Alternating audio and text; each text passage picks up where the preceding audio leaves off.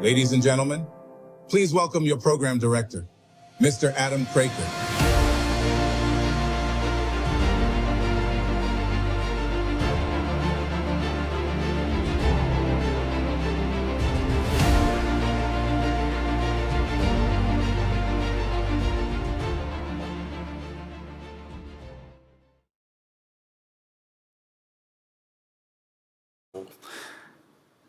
Welcome to the Conscious Leadership and Ethics Summit 2024.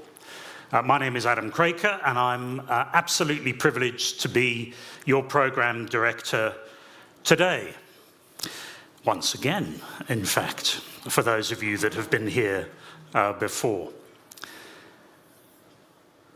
Over the years, the summit has become a staple for us to come together as leaders of business and to take time to contribute to our own growth, the growth of our businesses, and as part of our responsibility to the world. Welcome today to the Auditor General, Sakani Maluleke, to Professor Mervyn King, to Palesa Fili, and to all those that have travelled from far and wide to give of their time, energy, and wisdom at our event today, especially Dr. Dominic Heel, Rowan Gillies, Dr. Risha Arora, Dr. Jan Bellerman, and our partners Lubin Ozo, Pepe Murray, Merrick Abel, Viviana van Arktmal, and the Bank CIS executive, Nicholas CIS, James Bowen-Jones, and Roman Devaget, who travelled from Switzerland. All our members and those in our ecosystem that are here today as well, you are all welcome, who have journeyed or walked the journey with us over the years. We really look forward to a day that's jam-packed with wisdom and insight from the very many diverse speakers. Our two panel discussions that will take place later, and reconnecting, of course, with the business leaders who have chosen the path of conscious leadership. The Conscious Leadership Strategic Report will be put together by the voices of the speakers, panelists, and international icons, and you, the delegates, and it will be delivered to all the political heads on the ballot paper, as well as key business leaders in the country. There is, in fact, in your packs, a delegate submission form inside your programs. So please take the time to share your thoughts on how to embed conscious ethical leadership in our country or your company. If you are on social media today, you're competing with Edwin Roberts, who's in the audience, because I saw he was the first to start using our hashtags, hashtag conscious companies, hashtag conscious leadership, and indeed hashtag summit 2024. Please make a note of those and actively tweet or X or LinkedIn or share your views from the conference today. And a very special thank you to those that are joining us via our live stream on the YouTube channel. Please, if you are there, don't forget to like and subscribe. So without wasting any time, to get the day started, from the Conscious Leadership Academy and Agni Media Concepts, please put your hands together and welcome Guru Carly.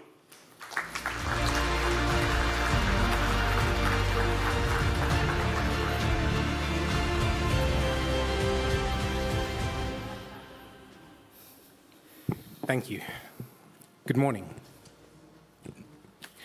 Welcome once again to the business leaders and seekers of truth that join us here today. It's a long and winding road down the path of truth and consciousness, a complicated affair with volumes written from the east to west over the centuries, pages and pages of rumors and stories. One of these stories is about Albert Einstein at the age of 5. Laying in his bed, sick, his father gave him a compass to play with. At first, young Einstein was puzzled. No matter which direction he twisted and turned the compass, the needle always pointed north. He was captivated. And then a spark went off inside. And for the first time, he realized that there was a nature that existed beyond what he could see or hear. And his curiosity was born, pursuing physics so that he could understand the workings of the universe. Today, the story of our collective pursuits as the human being plays out an equally intriguing narrative. Throughout our recorded history, trade and industry has paved the way for the story to be told.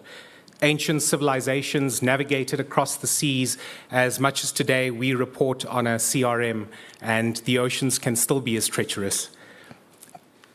Navigating governments and states, stepping through landmines and bombs, negotiating in and through the bureaucracy and regulations of regimes, monarchies, democracies, and chains. Whether it's for a loaf of bread, a bag of rice, or delivery of 2 million 15-ton stones, business has always been there to fulfill the need of the time. At the turn of the 21st century, the cure for the innovator's dilemma was pointed out as disruption, and delivered it has. Over 2 decades on, and we find ourselves in the early phases of the fourth industrial revolution, taking off with fury as future technologies beta test, and about halfway through a season of global government elections, with many options on the table, while international alliances reshape, populist sentiment stirs, and the veils of democracy lift. Legislation attempts to regulate technology and pushes to impose on new media platforms, and there is still the question if AGI will even care about our regulations. For now, though, it's chaos as usual in the upside down. Lockheed is bullish, and geopolitical leaders have new toys to test out. In South Africa, elections are also upcoming, and political sentiment, once hashtagged as Uncle Cyril, is now affectionately referred to as cupcake, and alternate options for the 29th of May range from the many fragments of the existing corrupt bureaucracy to apparently going back to apartheid, or just plain apathy. Conspiracy theories or humans gathering in conclaves and WhatsApp groups to conspire. It is a country with a strong heart if it can only sidestep the snot lying on the road between comedy and tragedy. Finding ethics in state has never been a common occurrence over the many empires ruled by emperors and kingdoms ruled by kings. Nowadays, we have countries, and for many, the ice may seem thin, but the will of man has persevered so far. We have rockets to space and brain chips with Bluetooth. The edge is an illusion, and the future will always belong to the next generation. And even if your podcast says that World War III is an option, we will go on, because it's not only the dead that have seen the end of war, even stars die, but their echo goes on.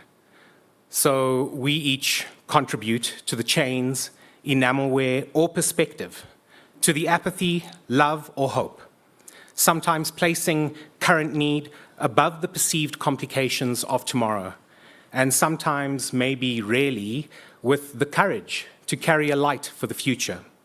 And some of these individuals who make that choice may be with us here this morning with their own stories of a spark that went off inside. Stories of an internal experience that moves the needle and an aching beauty found between the silence of each breath. Leaders with visions to turn ripples into tsunamis, slipping through the hashtags and strategic frameworks and the many, many voices trying to straighten out a wiggly world. And with the knowing that as the human being, in our sample of one, both the collective punishment and the collective blessing belongs to us all. Knowing that there are no passengers on this ship we call Earth, and that this is a responsibility we all carry, whether we are aware of it or not. All in the business of being a human being. Playing our role as countrymen with a flag, beggars on the street, teachers, or business leaders. We are this tail we call the human being. So whether we choose to colonize the moon or to dance naked before it as an ancient friend, we each already have a contribution to our collective story. It's unavoidable. And if we are already made of star stuff and the universe is truly endless, then why not strive for something out of reach? Because if not for chaos and love, then what is breathing for? So welcome, and thank you for being here this morning. To those drawn by ethics, and to those drawn by the strange pull of what they love, and the courage to love, and hopefully to a few wanderers here this morning.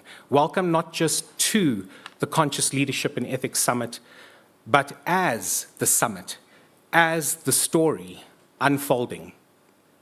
There is a saying that discussions of ideas cannot destroy the illusions of the world, as talk of a lamp will not get rid of darkness, but who you are echoes unavoidably.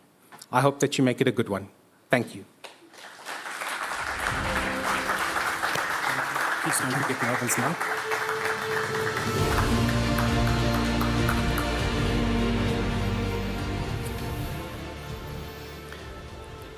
Thank you very much, Guru.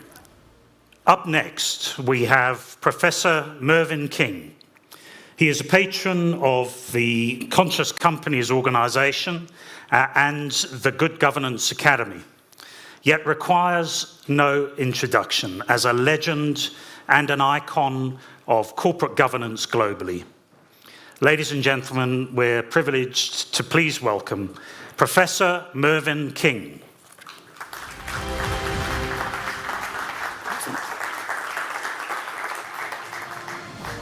Thank you.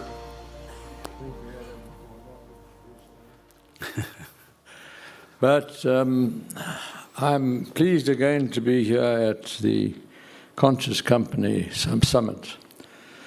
I want to take you back to the middle of the 19th century, when wealthy families were tired of investing in failing businesses and were left to pay creditors and employees, although when the business failed.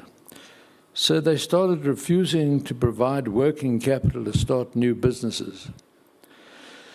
The government in the United Kingdom at the time said, well, it's essential that we create new business to create jobs. And the intellectual leaders of the day, like Lord Gladstone, said, why don't we, the government of the day, the representative of society, create an artificial person who they can provide money and get a share, a part of this artificial person. And having invested that money as working capital for the artificial person, they will have no duty or responsibility to the company. The clergy were alarmed. The leader of the Anglican Church at the time, Lord Thurlow, said, who are we to create a person? Only the Almighty can create a person. And we're creating a person that has no mind and no conscience and cannot be charged with treason. Notwithstanding, by 1855, the United Kingdom government legislated to create the limited liability company. And that meant that on a subscription for the shares in this artificial person, that the subscriber, the initial shareholders, once they had subscribed and put their money in, that was the end of their duty or responsibility to the company. The concomitant for this protection was when the business failed, they went to the back of the queue after creditors, after employees, and then got paid. There was nothing to say when persons were elected to give mindfulness to this incapacitated artificial person what their duties were. But it was clear that these corporate leaders became the steward and guardian of the company's assets and its business affairs. And so, at the end of the 19th century, going into the 20th century, the law on guardianship of human beings was well developed. If I became the guardian of an incapacitated human being, my duty was loyalty to him, good faith, to take great care of him. Whatever skills I have, I would contribute in planning for his or her well-being. And I would do my homework and really understand what his or her circumstances were. Good faith, care, skill, and diligence. And that became the duties of a director of this incapacitated artificial person, the company. And we moved to the 21st century, where the governance architecture is still that the shareholders appoint the corporate leaders to give this incapacitated artificial person mindfulness and consciousness. What directors don't understand sometimes is that they are the conscience of the company. Because the company, by definition, is always innocent. It's incapacitated. So it cannot mindfully and with intention commit a wrong. But when something happens which is adverse to society, the persons to blame are those who are its mind and its conscience, namely its corporate leaders, its directors, individually and collectively as a board. So consciousness in regard to corporate life is absolutely essential. And Brenda brought this to life in discussions with me, and I agreed to become patron of the good of the conscious company. And the conscious company is a company where its leaders have realized that they are the stewards of the company's assets and its business affairs, that they have to lead, they have to look after it as they would look after an incapacitated human being. And they are the conscience of the company. And if they apply their consciousness well and rightfully, then the company will be seen as a good corporate citizen. So the conscious company is critical, provided your corporate leaders are conscious corporate leaders. Welcome to the 2024 summit. Thank you very much.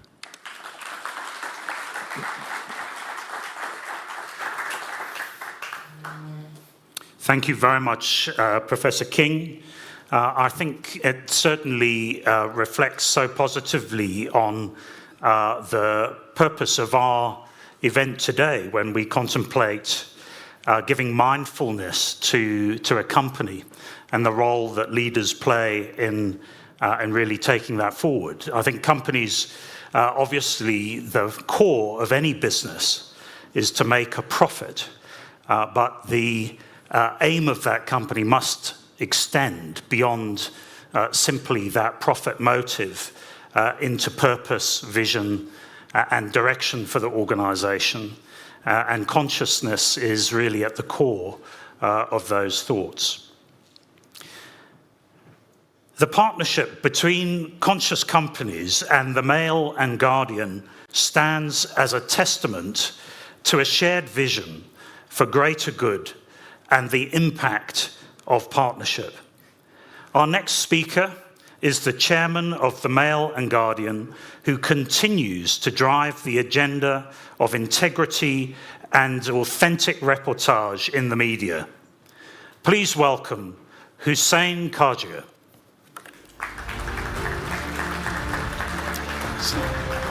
Great to see you.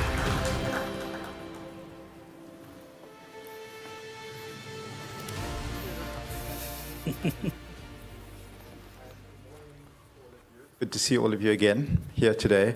And I also wish to extend my gratitude to Brenda Carly and the team for organizing the summit and for agreeing that the Mail and Guardian can be its partner again for 2024. So they say that in a worldwide survey that was conducted a few years ago amongst politicians by the United Nations, the only question asked was, would you please give your honest opinion about solutions to the food shortage in the rest of the world? The survey was a huge failure. Sadly, in Africa, they didn't know what food meant.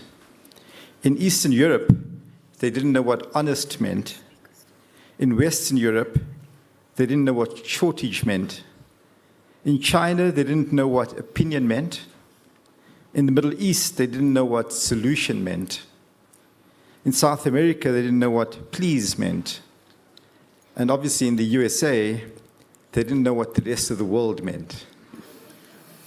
So we can comfortably conclude from that the concept of conscious and ethical leadership by politicians, not only in South Africa, but across the world, is a bit of a misnomer.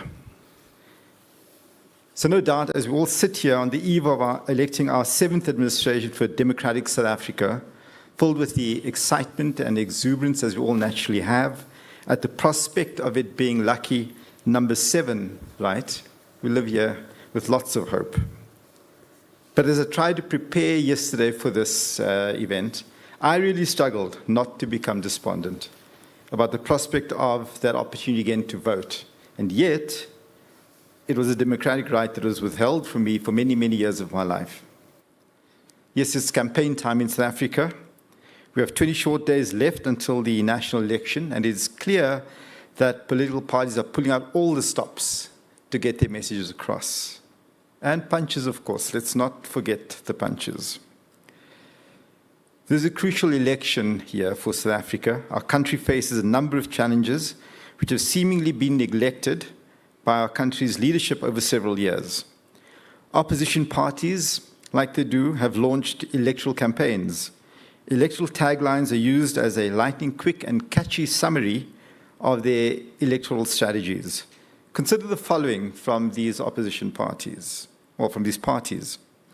The Democratic Alliance has released a video with a depiction of the South African flag burning with the tagline, "The election is about survival."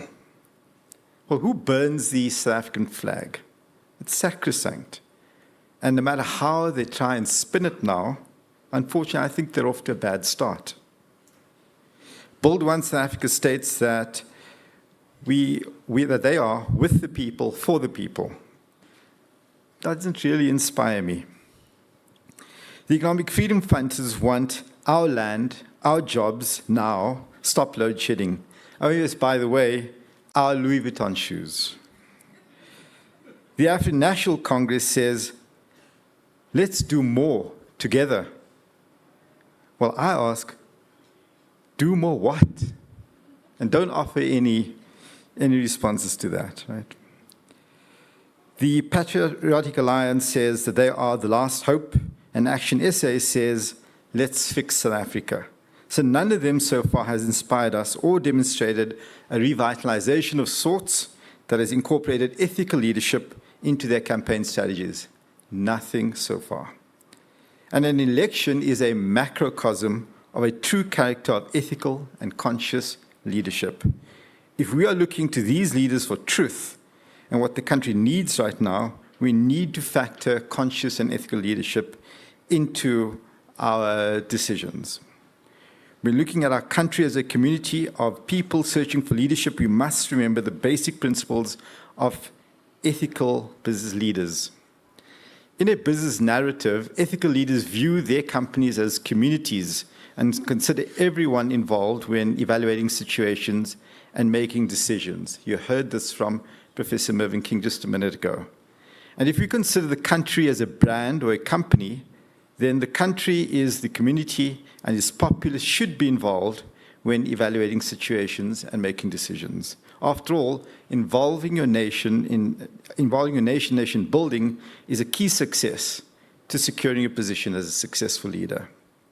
A leader looking to build a community would encourage working together to create change. Ethical leadership has a significant impact on citizen engagement. When leaders in power behave ethically, this encourages a culture of positive engagement, trust, and justice, leading to an increase in community commitment. And in South Africa, we have struggled with many different styles of leadership over the years, and as such, many people have lost faith in the current leadership due to the perspective that the leaders lack conscience and ethics.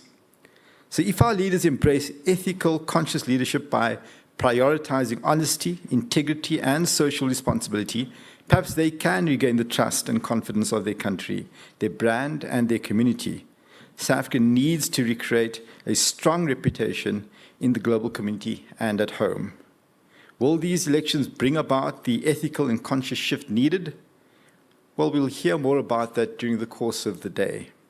But before I conclude, I just wish to touch on two specific matters.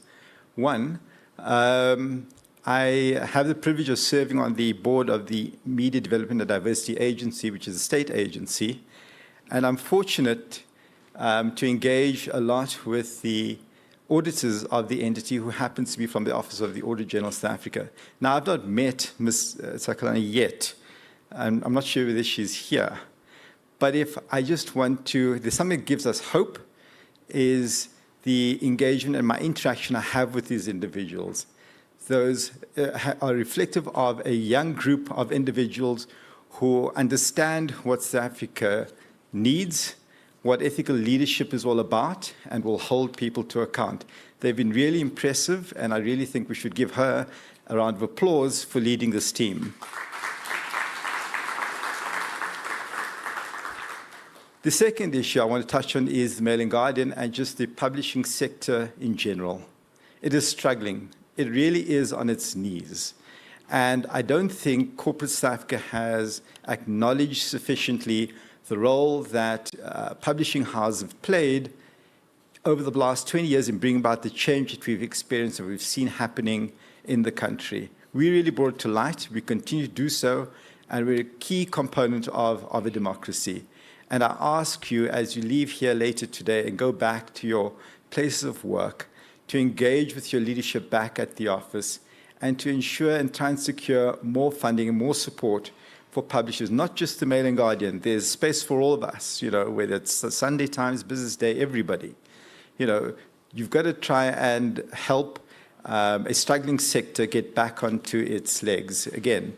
A lot of it has occurred because of the transition from print to digital, and we accept the fact that there are changes in the consumption habits of members of the public. There are so many different platforms where you get your news now.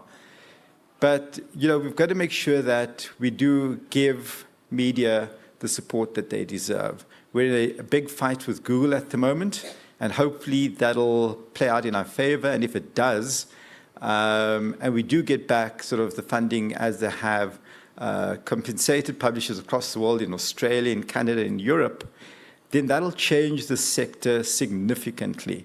But it's probably about a year and a half down the line. We're just at Competitions Commission right now making representations.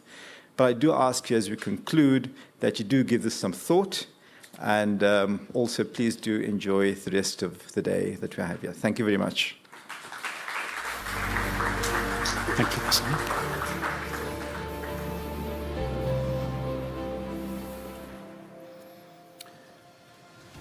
Hussein, thank you. Thank you very much. Thank you in particular for all that you and the Mail and Guardian do. In a roundabout way, as you said, it's just 20 days to go before load shedding.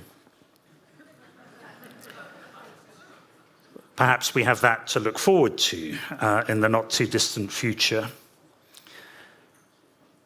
She is a force of nature and a leading voice for advocating conscious, ethical leadership.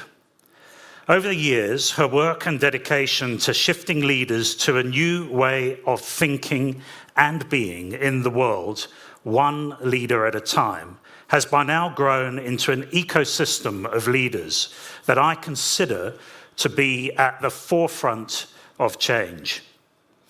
As I learned during my time with Brenda in Bangalore, the core of leadership is the ability to choose consciously the most productive thought or emotion to act on. I subsequently discovered change begins at the end of one's comfort zone.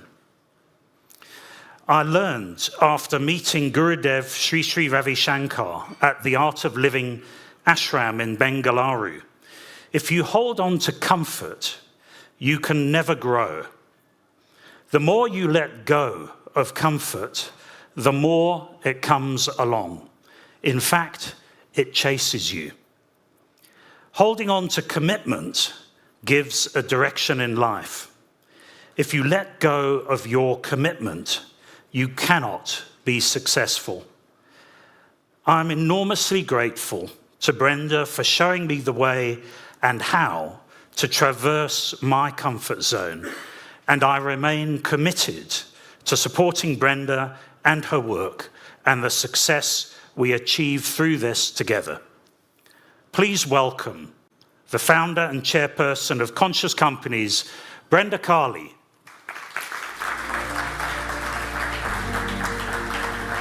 Thank you.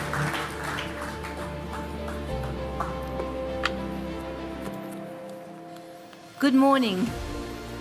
I'm delighted to see both unfamiliar and familiar faces today. Thank you for making the time to be here.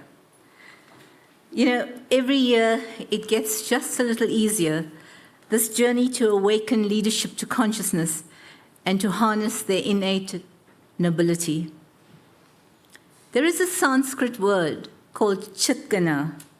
It has no English equivalent, and it means a mass of consciousness, like a concentrated energy of consciousness all around us. This summit is just that. It is a concentrated gathering of leaders whose stream of consciousness creates a oneness that is tangible in the room. Truth or dare is the theme of this year's summit. Although most of us are quite familiar with the concept of the game, in this context, it's a challenge. As truth, it seems, is a wholly matter of individual perspective and agenda. Our agreed perspective as truth is that we are just 2 weeks away from the elections, and it could be a period of awakening for this country. The dare is a question we put to every political leader on the ballot paper. Are you there to join a failed and corrupt political establishment in its looting frenzy while appeasing donors? Or are you there because you cared about this nation's people, about winning public trust and wanting to make a meaningful difference? Are you? We dare you to tell the truth. And the truth for those who vote the names on the ballot paper is this: if we don't vote with wisdom, we risk the hijacking of our democracy. And there is another dare, a challenge put to both business and political leaders, to look at themselves and experience the truth within themselves, whatever it might be, and to reflect on how their actions, be it a Zuma or a Mandela, affect and impact the lives and livelihoods of others. Another dare to business leaders such as yourselves in the room: ask yourself, who are you? In a world where test marketing, bottom line, market research, productivity, pushing profit, and the treadmill lifestyle binds you, how do you remain rooted, to even have the time to sit still and ask yourself who you truly are? Are you courageous enough to examine your own state of being, despite the challenges, despite your positional power, your asset base, your wealth, status, and beyond your intellectual and academic understanding? Are you willing to examine your own consciousness? When we get burdened by the struggle for economic necessities and the material concept of life, that we fail to find the time to examine the who and the why of us, and still less time to look within ourselves. Then we get caught up with the speed of living, where we spend time thinking of ways to improve our fortunes, seeking relief in externals, with very little thought and very little time on improving our internal state of being, doing and making and having, rather than just being, then doing, then having.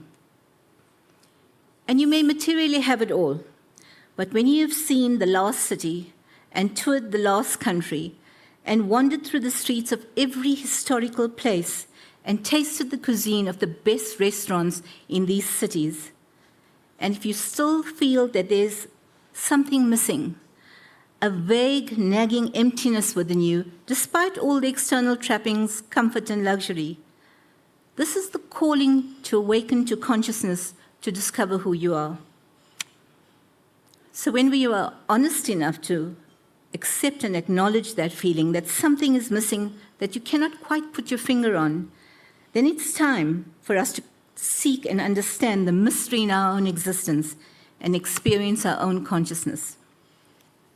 This is daunting, as it can reveal our nature to ourselves and prompt us to ask such pertinent questions such as, what is the purpose and meaning of our lives, and what am I in the world for? For when you truly know yourself from that aspect of consciousness, you find the serene center within the core of your being and become complete, transparent, vulnerable, and courageous enough to show up as a whole human being, unafraid to reveal who you are. The ancient Greek philosopher Socrates was once asked to sum up what the entire philosophical commandments could be reduced to, and he replied, "Know thyself," which was a call for self-awareness. He was also famous for saying that an unexamined life is not worth living, but few heeded him or took him seriously during his time. The ancient wisdom and the quest for consciousness has always been alive through the centuries and marks a turning point in the evolution of those seeking it. So what we are trying to do here today is no different. Especially in these times and the dismal state of affairs globally, it is critical to have the narrative of conscious ethical leadership brought into the mainstream, growing this massive consciousness, this Chitgana. Imagine if the presidents, pundits, world leaders, and titans of industry who gather at Sun Valley and Davos each year were to embrace the deeper understanding of the transformative behavior of conscious leadership. If they would have a deep personal awareness of themselves and realize that true, authentic leadership is an internal power that can touch and change a multitude of lives, a power that can never be found externally to you. This realization would then give a sense of meaning, purpose, and corrective conscious ethical behavior that can propel us to return to a more just, more sustainable, and better world. If it was all possible, it could not only be a catalyst for change, but also lead the way to a renewed sense of trust, humanity, honor, and responsibility as the cornerstones of a sustainable future. This would then set into motion a global collective will to build a better world for us all with the urgency that we so urgently require. But what are the chances of the heads of state and the luminaries who gather at Davos to dare to act as a cohesive force? So for now, this fervent wish for leadership to embrace consciousness and mainstream its narrative and actions can only be a dream or a dare. So long as masses of people are preoccupied with the continuous drudgery of keeping body and soul together, this is enough to stifle any quest to seek another way of being in the world. Our dismal failure to build a conscious society, let alone a peaceful world, is a moral failure. When humanity finds itself with its back against the wall and the agony of utter hopelessness crushes it down, we need to realize that we could never have been brought down to endure such depths of anxiety and misery if it had not been for the corruption, ignorance, and grave weaknesses in the defective character of some of our leaders, both at home and globally, But this is not new. Over the centuries, Socrates wept over the corruption and ignorance of Athens, as Jesus wept over the corruption and ignorance of Jerusalem. As we weep today as a humanity, not only of the corruption and ignorance, but the hateful rhetoric, warmongering, anti-Semitism, racism, brutality, violence, distorted narratives, and the anguish and despair that exists around the world. There should be no room for hate when our true nature is love, but hate thrives. When so many people in so many lands have to suffer catastrophic events, unprecedented chaos, diabolic leaders, and the destructive agonies of nature, what can we do as individuals, as leaders, as human beings to create a better world, a more conscious one? How do we herald in change? We need to look no further than the mind and the heart of leaders and their state of being. This is where consciousness plays a pivotal role. When we find the time to embark on an internal journey to penetrate the depths of one's own soul and understand what it means, this can then stimulate our thinking enough and awaken something that speaks to the heart and soul of humanity. This awakening to consciousness is who we truly are as human beings, and the understanding and the action of it is a choice. In giving, in doing, in feeding the hungry, in healing the hurt, in helping your adversary, in dancing with your enemy, in loving the unloved, in saving a life, in defending the underdog, in educating a child that is not yours, is a choice to act with consciousness. There is nothing more powerful in your choices as your random acts of kindness and compassion when you do it anonymously and you do it enough times, particularly when it's done with no desire for recognition, fame, or praise. Your every act, even the smallest, can impact one life or several. It is the most powerful tool to change the world, to secretly commit little acts of compassion.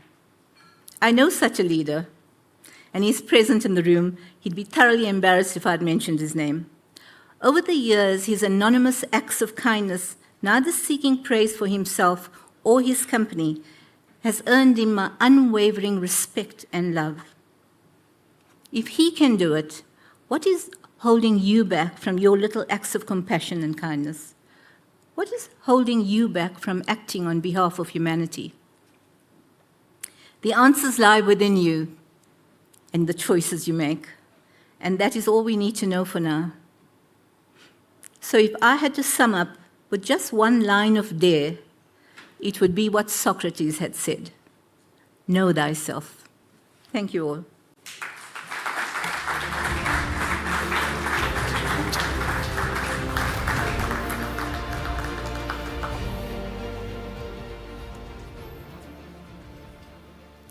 Thank you, Brenda, for all that you do as a beacon of hope and positivity. And what an amazing event when we look around the room and see how many people have come together each year to focus on our Conscious Companies event. Really wonderful. Thank you, Brenda.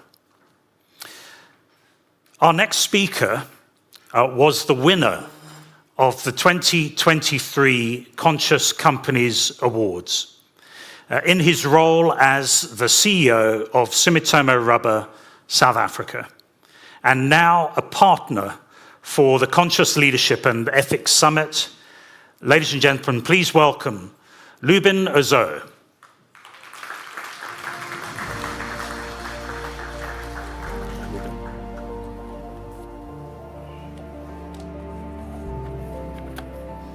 Good morning, everyone. Good morning, everyone. I would like to take this opportunity to really introduce Sumitomo Rubber, as well as to explain why we have really chosen to partner with the Conscious Leadership and Ethics Summit this year, and what we are really seeing as a great opportunity moving forward. So Sumitomo Rubber South Africa has a bit of a history. We've obviously been trading as Dunlop since the early 1900s in South Africa, but over the last about 10 years, we were bought out by Sumitomo Rubber Industries. And I think the buying out of the Sumitomo Rubber Industries has really brought us a real sense of consciousness, which I would like to share today. So Sumitomo Rubber actually dates back to the 17th century, started in Kyoto in Japan. Its founder, Mr. Masatono Sumitomo, wrote and left for posterity a document entitled Monjuin Shiigaki, which is really a document that highlights his legacy based on a very strong root of Buddhism. In that document, he describes how a merchant should conduct business.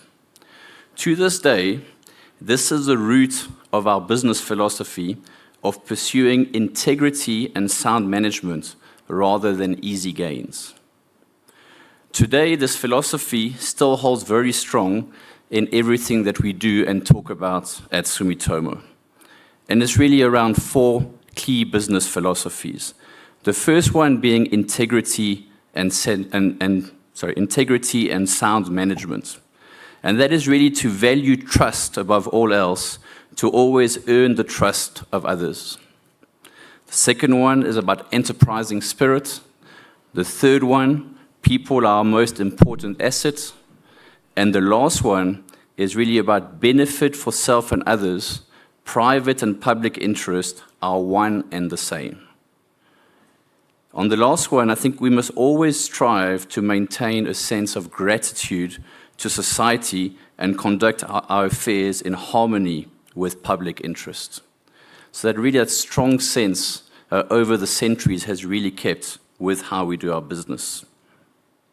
Now, to have the discipline over the centuries to stay true to such strong principles while being surrounded by a changing world, changing economics, I think is truly remarkable. And what we really see is really this business philosophy has been a compass to help us to navigate through all the difficult times. And as I say this, we go to many companies and you will see all of these things, on boards and highlighted everywhere. But what I find truly remarkable in Sumitomo is are not just words, but we are really lived, especially, the higher up you go in the organization. In one of my first interactions with our current president, Mr. Yamamoto, he talked at length about human skills, about the character of a person. And he broke it into 3 pillars. The first one he called metal. And I think this is something in South Africa can really relate to. It's really a person's ability to cope well with difficulties, to have courage, spirit, and resilience. Something we have in abundance. I was recently at a meeting in Durban, and I think they've coined the phrase quasilience, for KwaZulu-Natal, because of all the challenges we've had there. So resilience very deep in our DNA in South Africa. The second pillar he used a word called magnanimity. So I had to look that one up. And magnanimity really is about kindness to others, and that is really key to really the character of a person. And the last one that he mentioned is discipline of mind. And this is one of the things, I'm a big fan of the Japanese culture and that I really admire with them. Often, the word discipline is often overused in many settings, and there's many different types of disciplines. Disciplines of action, disciplines of mind, and so on. But I think the discipline of mind to really understand what your true principles are and to really use them as a compass over difficult times is what really, I think, sets overall the Japanese culture apart. And to really have that, I think, is critically important. So really the 3 parts, metal, magnanimity, and discipline of mind, are key to how he looks in terms of people and really the human skills of people. Now, interestingly, President Yamamoto has been a few times to South Africa. And obviously, when he comes down, we have a lot of business discussions. But what really takes me aside is the discussions we have about, what is our role in sustainability, in the local economy, in the local environment that we are in. So as Sumitomo, most of our employees work in the city of Ladysmith in KwaZulu-Natal, where we have our factory. And a lot of our discussions end up being around, how sustainable is Ladysmith, right? And many companies would see that if a town or if people are very dependent on them, it becomes really a strength or an asset for them. And I think our vision is quite different, and I think led again on the principles that we have. And we really see that we need to decrease the reliance on us by the city if we really want to create sustainability. And that means really working with the city to sort out infrastructure challenges, working with the schools to really bring up talent so we can attract future businesses, and playing an active role in really attracting businesses and actually creating jobs in the future. So it's really about, not only the business part, but it's really about our contribution and really taking ownership and not passing it on to anybody else. Now, I don't want to paint that we are a perfect picture as a company. Like everybody else, we have many challenges that we face. But I think what it gives us, our philosophy, is a really strong foundation that enables us to make the right decisions and to make them easier as we go forward, because we know we have a clear direction. And I think that is maybe something that is missing in many of the environments that we come across. Now, as a leader myself, these interactions have given me an amazing sense of belonging, a sense that I have the freedom to act, and a great sense of responsibility within my duties. Although, in theory, this should be a very common in terms of the leaders that we have around us to give us such encouragement and such direction, I have found it is not really so in my life, right? I find it is common is not so common. However, I have to say over the last couple of years, since I've got exposure to the conscious company, and encounters, with the like initially, my first encounter was with Pepe, then Brenda, Michael, Professor King, etc. I found that I have left every time I have met with these great leaders, really the same sense of belonging, of that freedom to act, and a sense of responsibility to those around me. And we really feel that if we can give more leaders similar opportunities, then really we can make a lasting and sustainable impact going forward. In Sumitomo Rubber, South Africa, towards the end of last year, we were reflecting on the way forward and obviously on what happened in the previous year. And with many challenges, in the foresight economically, elections and the opportunities and challenges that represents, and our own evolution of our internal culture that we have, we decided to be guided by 3 very strong words for the foreseeable future. And these strong words are intent, ambition, and impact. And I think these 3 words are very relevant, to the discussions today. So when the opportunity came to really get involved in partnering with the Conscious Leadership and Ethical Summit with Brenda, it was really, for me, really an alignment, of the stars. It really made sense in terms of really making an impact and having an opportunity to increase the chances of leaders to getting the same opportunity that I have received over the last years. With that, I hope that everybody here really makes the best out of today and walk out with, some takeaways, some key agendas they can really apply in their lifestyle, that they get encounters with people that can really inspire them and guide them. And I really hope that we make the most of this great event today. I would like to thank Brenda for the opportunity to partner up with Sumitomo Rubber in this venture, and we really look forward to the journey ahead. Thank you. Thanks, Ruben.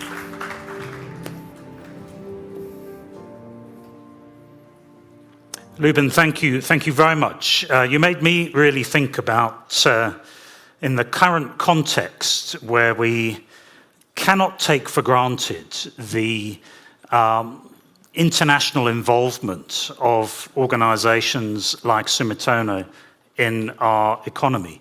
Indeed, over the last couple of weeks with the news regarding Shell's pending decision in South Africa, the closure of BNP Paribas, themselves a past winner of conscious companies, and the threat that is hanging over a 107-year-old institution, Anglo-American, at this point. We really do benefit, as you said, Luben, from the diversity and the involvement of people like your chair and the perspectives that he brings to your way of work and your engagement as Sumitomo Rubber in South Africa. But once again, thank you very much.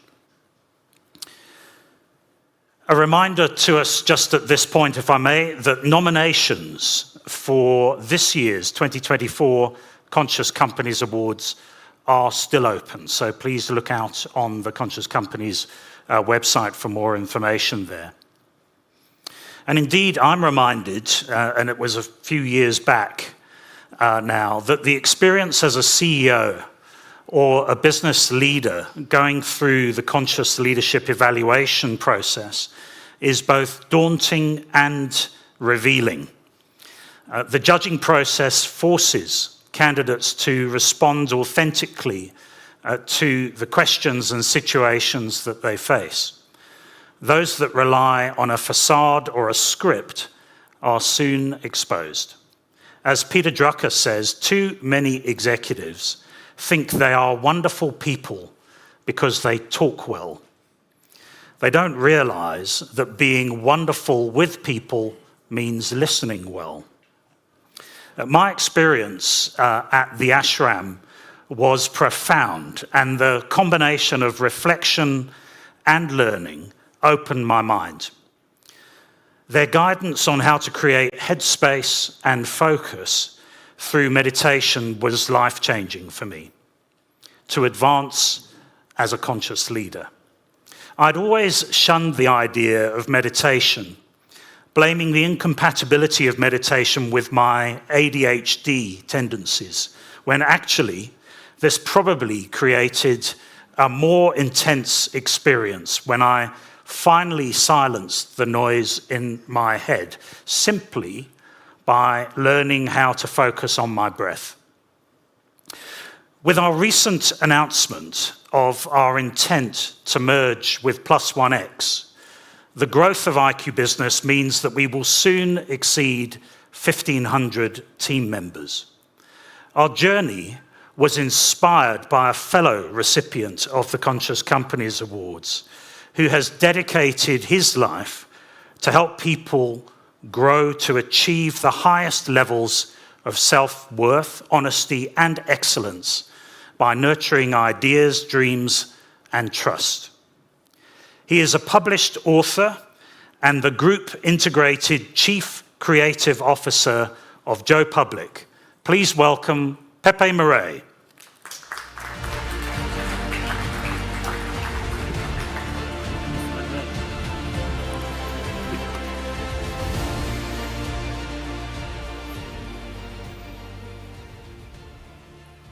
Thank you, Adam. I can't see where Brenda is. Thank you, Brenda, for the opportunity and our friendship, and just to share a few words.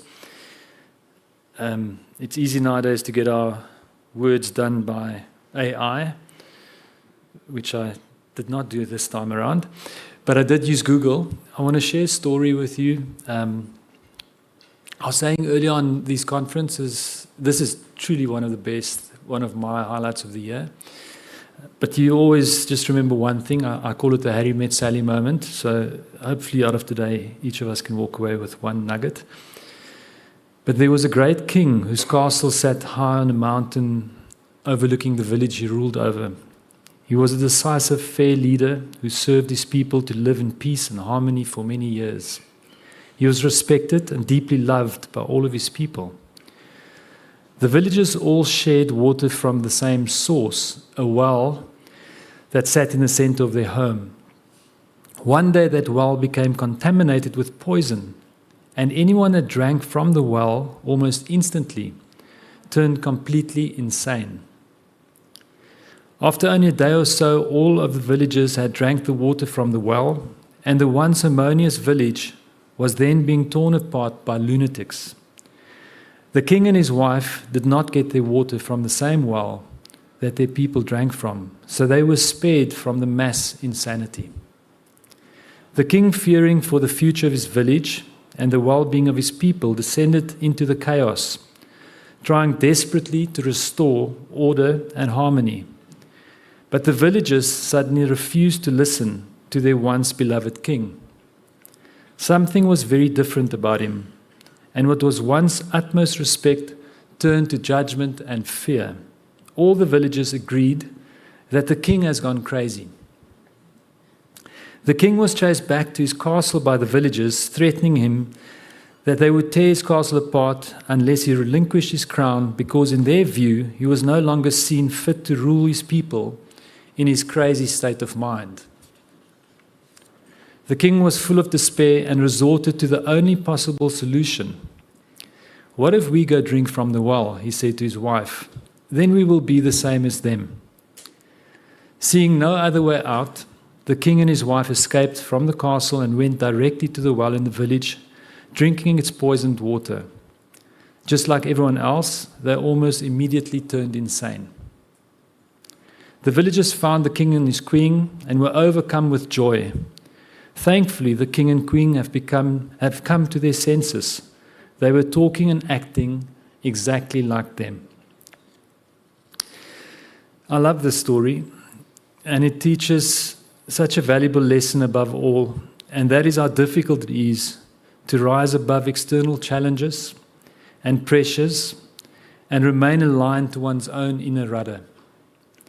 Remaining aligned to one's own noble purpose is an act that takes a great deal of inner strength, resolve, and daily courage, because it is human of all of us to not want to be an outcast, to rather conform, and through conformity live in harmony, even when this causes disharmony within ourselves. But to conform consciously to an inherently detrimental party, cause, or even ideology is not just wrong on every level, it is actually insane. Paradoxically, the small group of conscious leaders in today's local and global society are actually seen as the crazy ones, because they believe in putting purpose at the top of their business's priority and the bottom line back at the bottom. Conscious leaders are of unsound mind because they preach from their soapboxes that although money is the oxygen of business, they don't wake up every morning thinking they must breathe. They believe that they wake up for far greater purpose beyond product and beyond money. Conscious leaders are clearly insane because they advocate that we should all wake up to give more than we receive.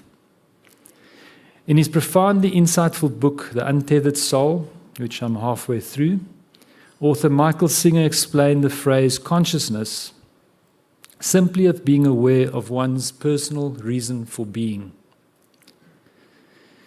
And it made me reflect that having the ability to answer the question, who am I? Being aware of my human name and my being name is a phenomenal insight. This idea that we have a human name and a name for our spiritual reason for being is truly powerful, because that spiritual name directs each of us for the reason for being alive right now, the reason for being in this room right now. And for this reason, I want to conclude as an ad man with my favorite piece of copy ever written, which was written for the Apple brand in 1998 when Steve Jobs came back and took reins of that business. And I'm going to dedicate this reading to each of the conscious leaders in this room.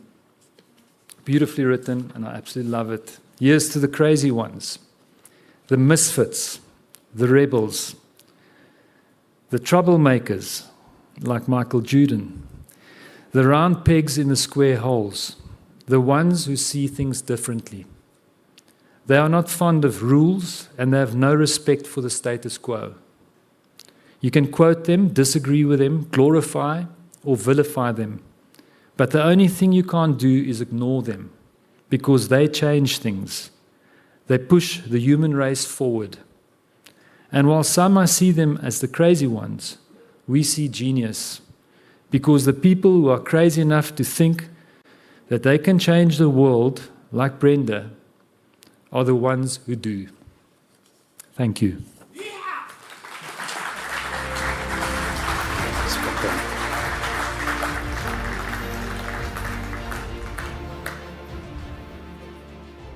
Thank you very much, Pepe. Do you know how you can spot a crazy one, a misfit, or a troublemaker as they walk towards you? Usually by the color of their socks. It's a giveaway. I challenge you to look at Michael Juden's socks later as well, you'll see.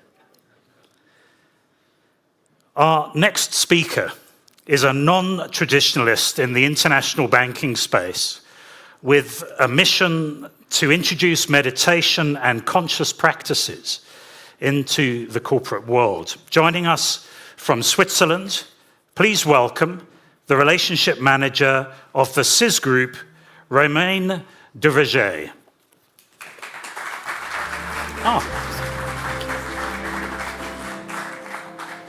Hi everyone, I think I need to show you my socks then.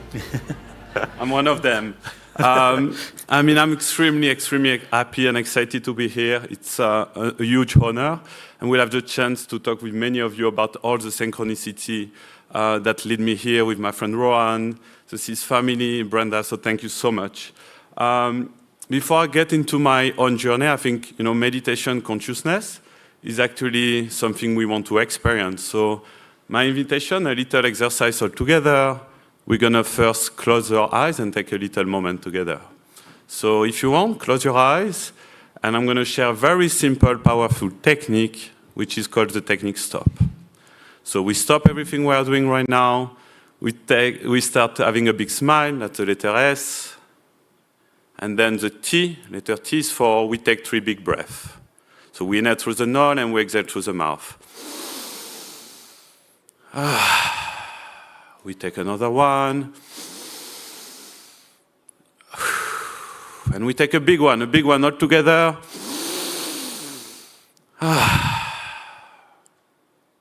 And now the letter O of the acronym STOP, we observe.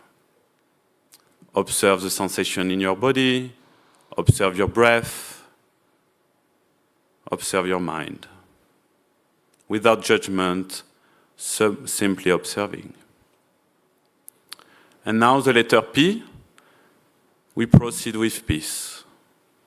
So you can now reopen your eyes. At least if there's one thing you can take home, please use this technique. Anytime you receive an email you didn't want it to receive, something happening you didn't expect, use this simple technique, bring consciousness into your life, and maybe you make a different action. Okay? Now, my journey, so I've been, receiving this nickname, Yogi in Suits. I love playing with the polarity, I love playing with the yin, the yang, the opposite. I think that's what makes life fun. So a little bit of my journey, so you get to know me a bit better. I'm French, I think you quickly recognize from my accent. I grew up in the south of France, in Provence, beautiful region, and then I went on studying like my grandfather, economics. I think I love being a student and partying, so I actually done 2 master's degrees. I studied in France, in Denmark, in Singapore, and then I started my career in 2015 for Goldman Sachs. I worked there as an economist and strategist, pretty high-profile career. I became very quickly promoted executive director, received a huge privilege and big responsibility to speak in the press, represent Goldman Sachs in the media. And as I was feeding my ego and become very important on this level, on the more spiritual side, it was very empty. And this is where I've been blessed, and I think many of you as well during the early stage of the pandemic, to make a big change in my life. And for me, it was a spiritual awakening. That was the discovery of yoga and meditation. And as you awaken, I'm sure many of you feel the same, it's just too good to keep it for yourself. It's just so amazing that people gravitate around you and ask you, what's your secret? Why are you always happy? And and I was sharing. Then it became pretty amazing. So I co-founded Goldman Sachs Mindfulness Community, teaching 100 and then 1,000 of employees. This is really not what you would expect of a big bank, pretty sober and trying to not get into this space. We went as far as actually promoting to clients. So during the COVID, I would be here talking about the market, behavioral finance, Bitcoin, and then what about we think about how our emotions are playing into investment making decision? What about maybe we play together and we meditate and see if we are making different decisions? That then led me to Switzerland, and meeting Nicolas's Gems, where it was for me time, to make a change, and found this, beautiful family here sponsoring this event, and with Rohan actually, and Nicolas let me do it. I went there and sat in the bank, sat in the office, meditate, breathe, and I can see James smiling, breathe and feel the energy. What type of energy it is?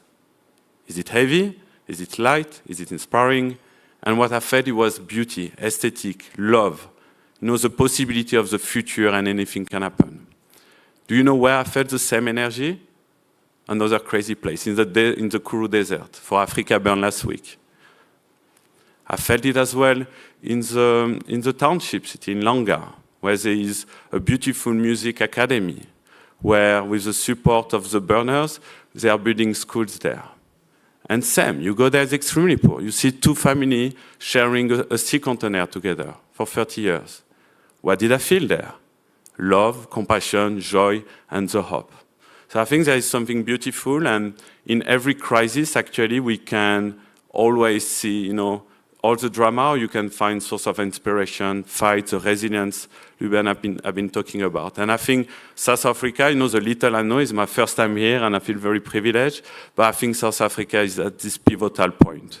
And what if, is not, a very complex, complicated situation, but actually is a moment where is a pivotal point or creating, a beautiful future for the country. That's really how I feel, and I think everyone here has, within that. So we need to dare, we need to take risks, we need to be bold and go for it.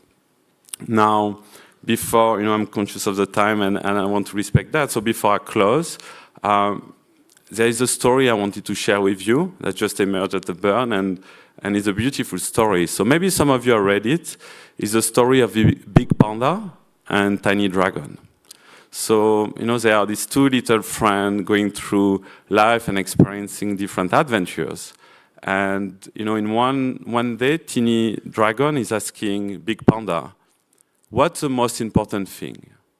The journey or the destination?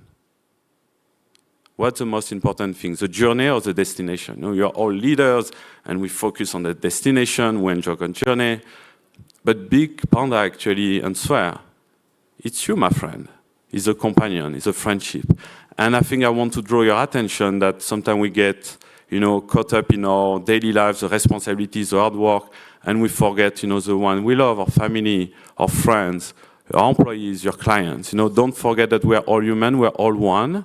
And the journey is great, where the thing we achieve is fantastic. But the most important thing is one each other, and teaching to one each other, sharing this moment, sharing the love and the compassion. Okay? So that's really the key message I wanted to share.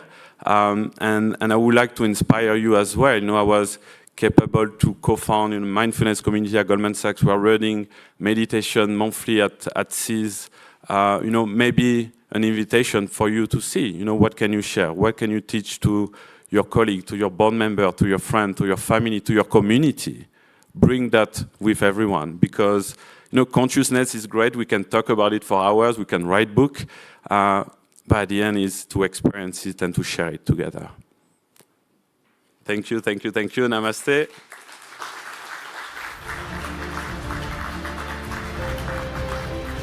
Great to meet you.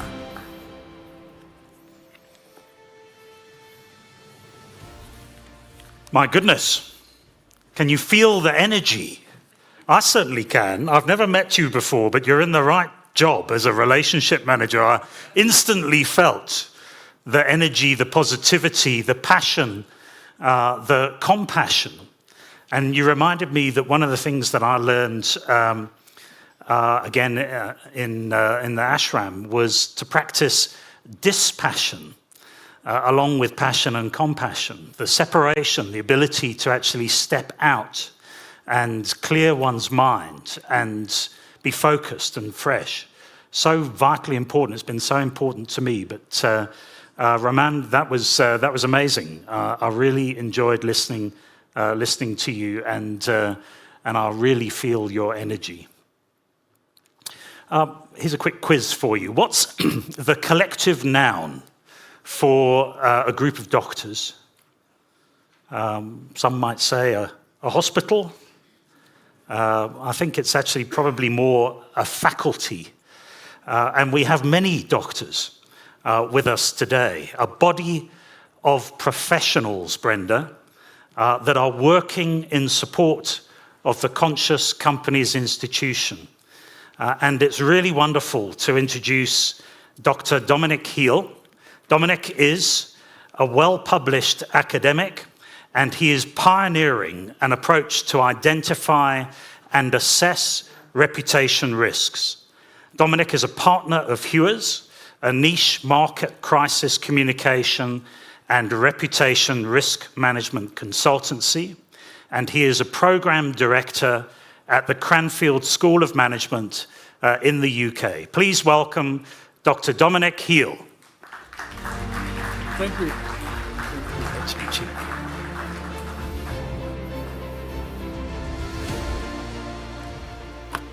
Does this work? Oh, good. Great. Thank you. Thank you. So I've been invited to talk a little bit about reputation and leadership. And I want to start with a piece of research that we have done. Can you just click it through to the next one? Somehow, I don't know where it's. Maybe. It's not behaving. Would you be able to change the slide? Yeah, there we go. So one of the things that we are doing is to do reputation risk analysis. And this is a piece of work that we did a couple of years ago that was in the beginning of 2017. It's a time that is actually mentally for us now long ago. Zuma was still firmly in the saddle in government. People were very despondent in South Africa. And we did this analysis about South Africa's reputation around the world.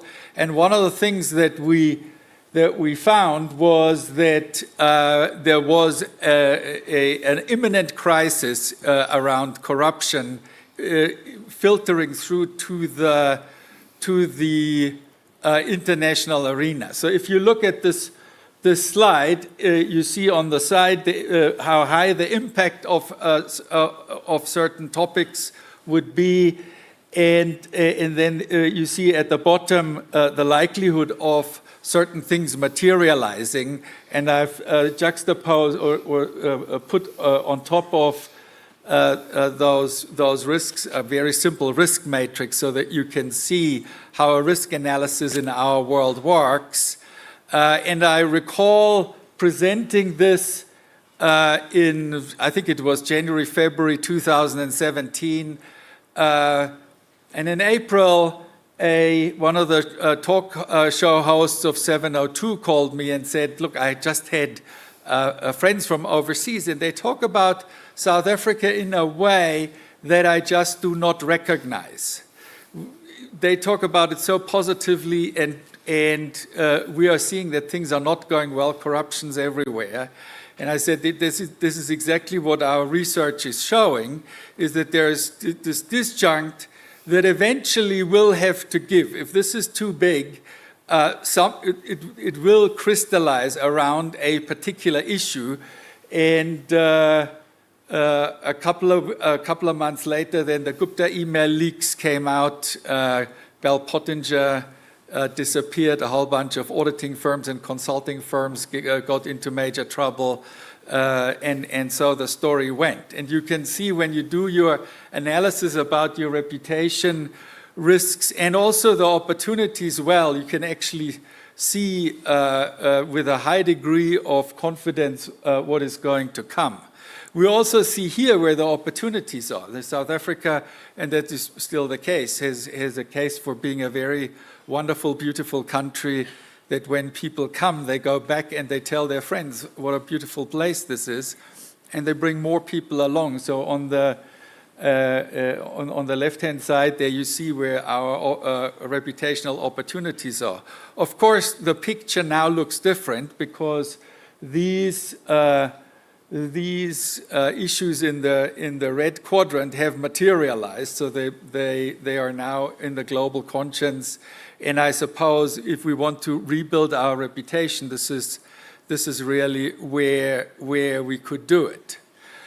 And I'm starting with this slide because I think that when we talk about conscious leadership, we need to look not only at us. So are we conscious? Do we do our work on ourselves? What is really important, if you combine consciousness with leadership is happening out there. And the work that we are doing is to show people what's out there.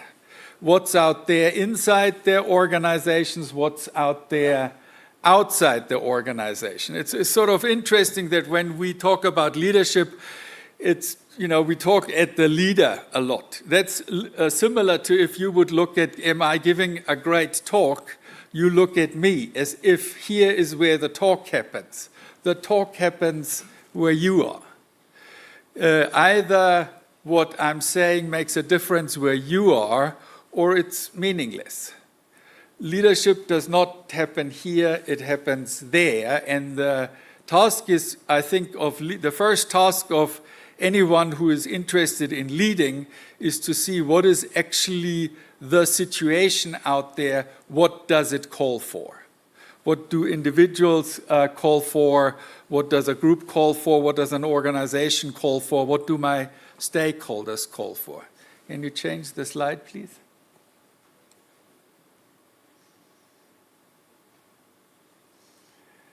Yeah, next slide. I've said that.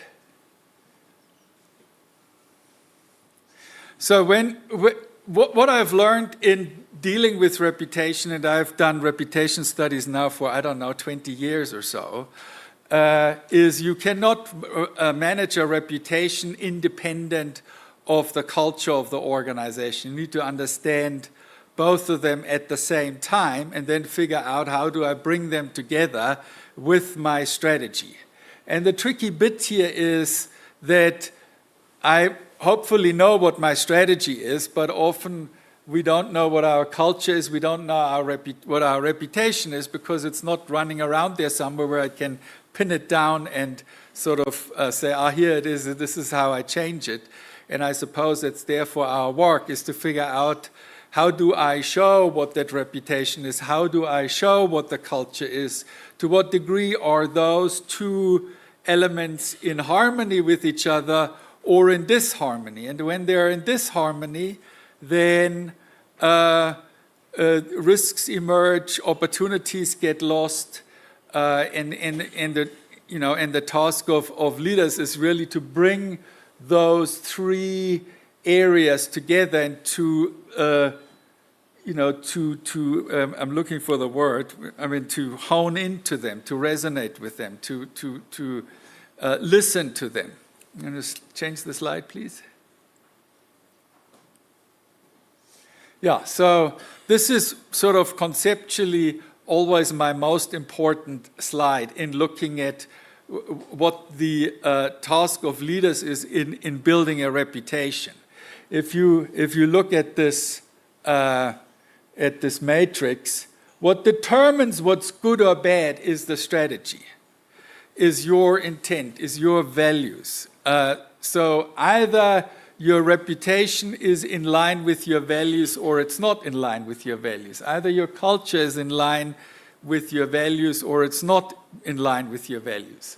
So that shows sort of where you are on those axes. Now, often when people come to people like me who deal with reputation, they think I could just change your reputation by doing some clever PR and go out there, maybe work with marketing people. But what that would do, as you can see here, is it would just put the reputation from bad to good without doing anything to the culture. And what that actually does is it puts the organization at great risk. Similarly, if I just work on my culture, but I don't really let people know out there, there is a missed opportunity. Imagine you build an organization that is, as we've sort of heard, is this highly conscious, ethical, wonderful place, and people don't know about your organization being that place. You would lose out on attracting those people who would fit into this organization and who would really appreciate working in the organization. So the task here is really to figure out, how do I go on that diagonal towards the sun? How do I make sure that those two things go together? And I suppose that is the work that I've been engaged in for now many years and done for many companies, and it's a huge privilege to do that kind of work. Thank you.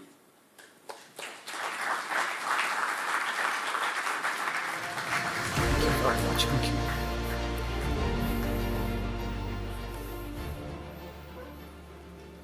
Dominic, that's particularly relevant. I'm sure, if I may just point out, I've got some colleagues in the audience, and what you've just said is particularly relevant to us as we, as I mentioned earlier on, are in the middle of a merger process, bringing together the cultures of two organizations and trying to create the best of both worlds as we move forward. So I really enjoyed the approach and frameworks that you presented to us today, very valuable to us.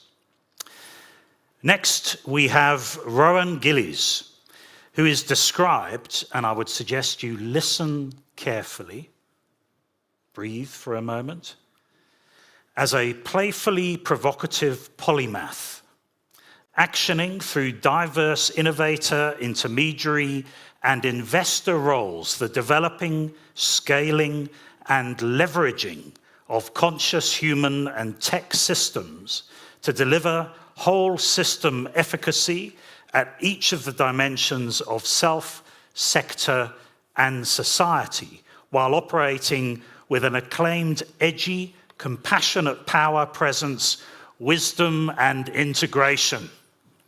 Did you get that? I'll ask you to repeat it in a moment, but in fact, I think it would be far better to hear from the co-founder of Blue Dot Advisory from the UK, Rowan Gillies.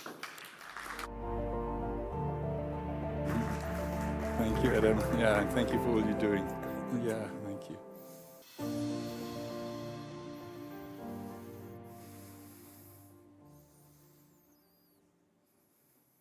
Hi, everyone. I think we may all bow very low in the blessing of being here, in the blessing of what we've heard from the wisdom of these sages on stages, and the blessing of the exponential opportunity which awaits our action in the dark of our future that is in our hands. In the hands just fractionally of our conscious minds. Just 5%.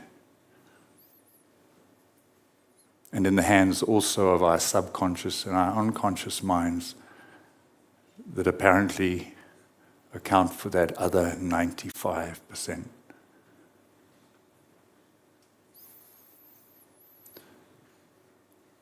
I'm conscious that us sages here on stages have been in this rarefied, elevated world. My invitation for the next 10 minutes or so is that we ground ourselves. There is a wisdom in the crowd, is there not? These 10 minutes are an opportunity, a fractional initial opportunity, to invite out some of that wisdom.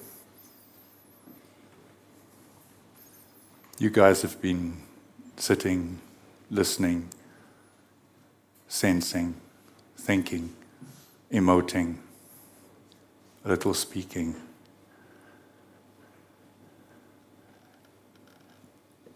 You are crazy ones too. My invitation is that you informally consider and reflect on what's arising for you out of what you have heard and sensed into over the last couple of hours. What moves you? What are you thinking? What's an angst? What's a primary insight?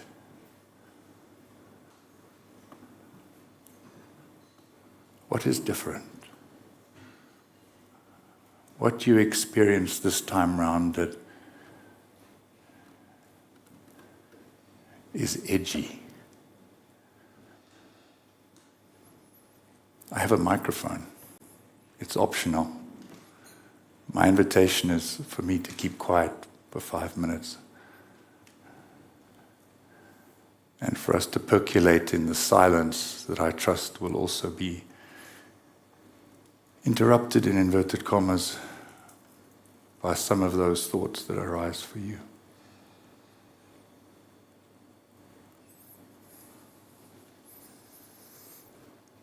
If anybody wants to use the mic, by all means call me up and or simply shout out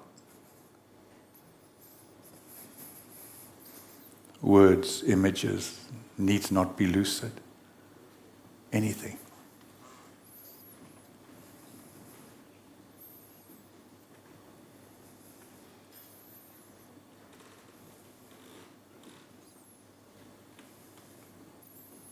Consciousness isn't a spectator sport.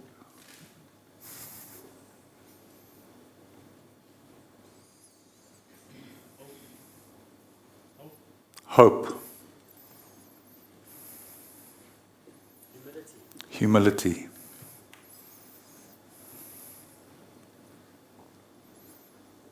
Please. Order in the chaos. Beautiful. Chaotic. Intention, the art of being human.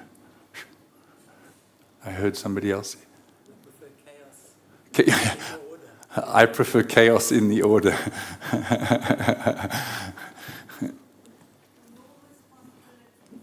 Enormous responsibility.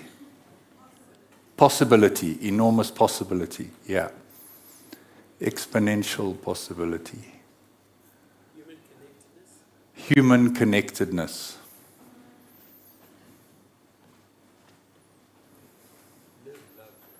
Love. Live love. Live love. Don't be scared. Don't be scared. Impact and let light win. Beautiful. Who is sitting in a silence that in their own self-reflection is one of fear rather than flow? Who has a sense that they wish to say something and is in the comfort zone referred to earlier? What's at risk for you just to call out?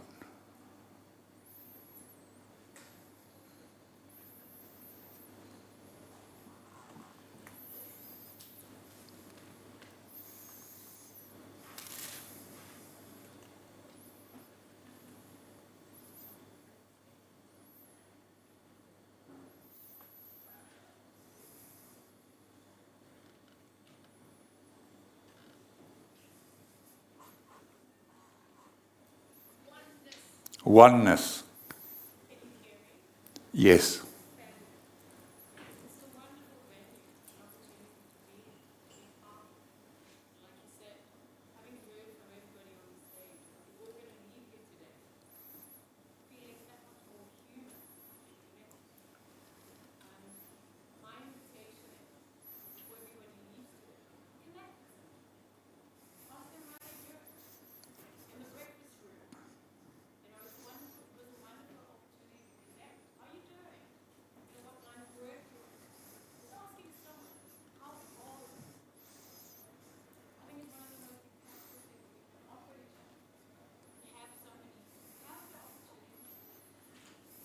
Beautiful.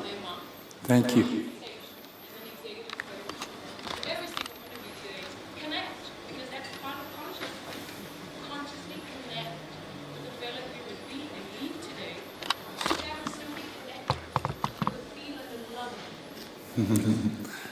Beautiful, thank you.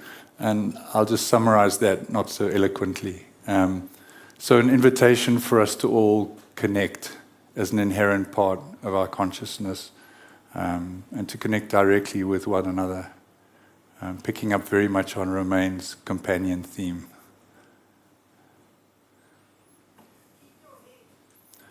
Keep your head. Okay, thank you. Keep your head when everything else is going chaotic. Be calm in the eye of the storm. Be courageous. Oof.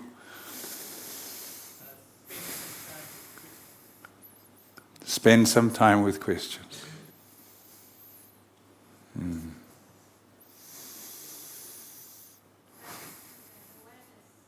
Gratitude and awareness.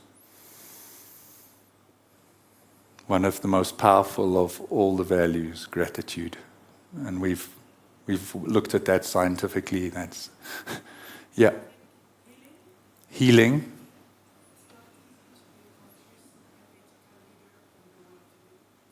Sorry, could I ask you to repeat that? Yes. Thank you. Thank you. Bless you. Healing, and that it's not easy to be a conscious and ethical leader today in today's circumstances.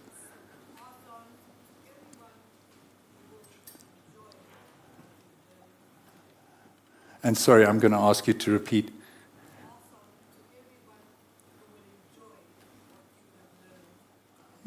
Beautiful. Pass on everything that you're learning today.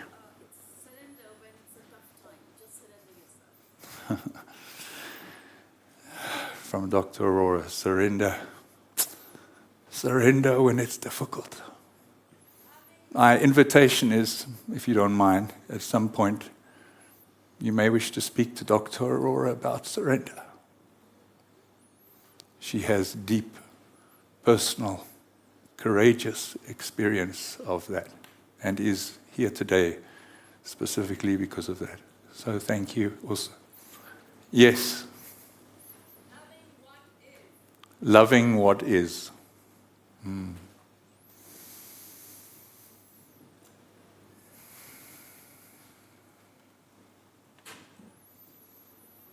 Keep your head, but don't live in it. That's a delightful one for particularly this audience, right? And I include myself in that. Keep your head, but don't live in it. Thank you.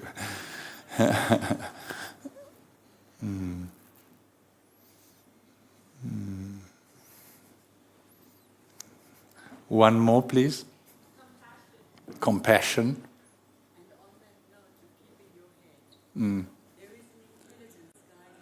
Yes. And on that note, there is an intelligence that is guiding us that will never forsake us.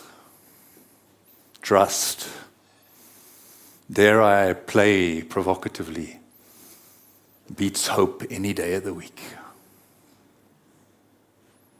Hope is an anticipation for something in exchange for a generative state. Trust simply is the state, regardless. Yes. Whoops.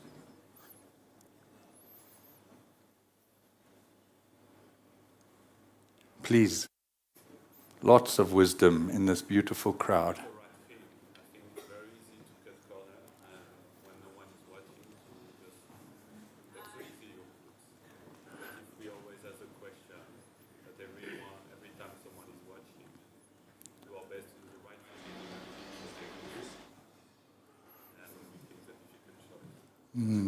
Thank you, Romain. Doing the right thing. Beware of cutting corners. Doing the right thing when nobody's watching. It's a little bit like the inverse of dancing. Dance as if nobody's watching. Yeah. Drop the mask. And raise the? And embrace vulnerability. Thank you. Drop the mask. And I think most of us appreciate we're all wearing delightfully elaborate masks. You know, the persona.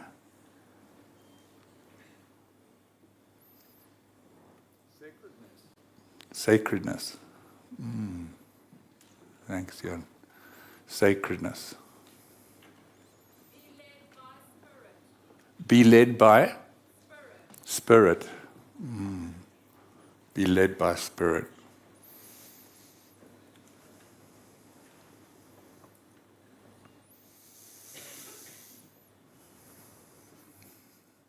You know this? Yeah, please. Find the upside of failure.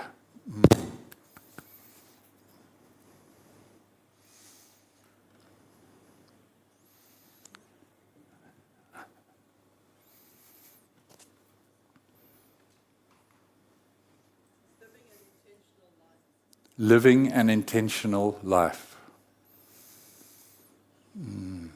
You really are a bunch of crazy ones.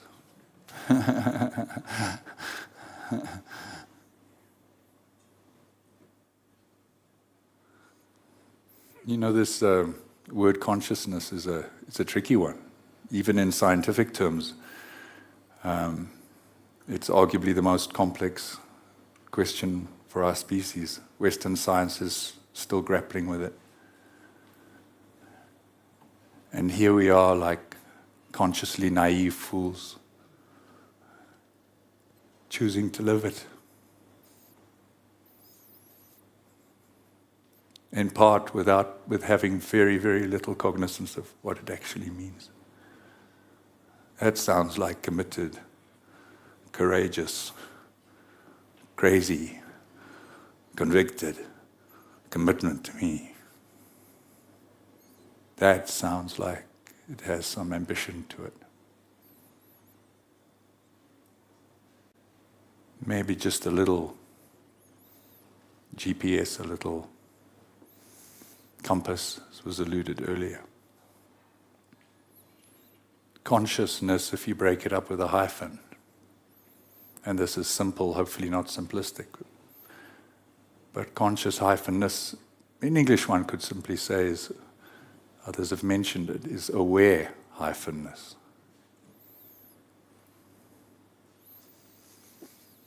So there's this sense of awareness which sits up here in the meta, right? If you're doing systems, it's up here. Right? Awareness.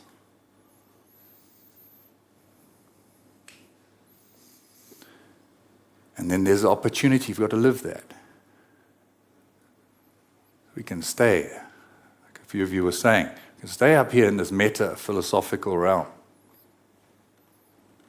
and play with this as if it's something separate from our everyday lives. Or we can choose to start sharpening ourselves so that, as the Americans say, we come down to where the rubber hits the road. This is attention. So there's this beauty of awareness, inaction as exquisite attention. What if we may have the awareness of a clear African sky, while simultaneously in our everyday functioning, we have the exquisite attention as fine as the grain of sand on a South African beach. Thank you.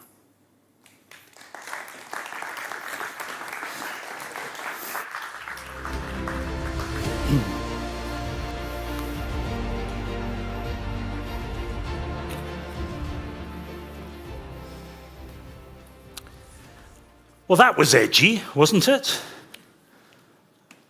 It's really amazing to hear those, as Rowan said, those thoughts percolate in silence. He forced it out of you, got you to engage, got you to share so many thoughts. I was scribbling away in the background. Thank you. Really, really wonderful. Thanks, Rowan. Next up is a powerful female voice in KZN business and is the CEO of the Durban Philly.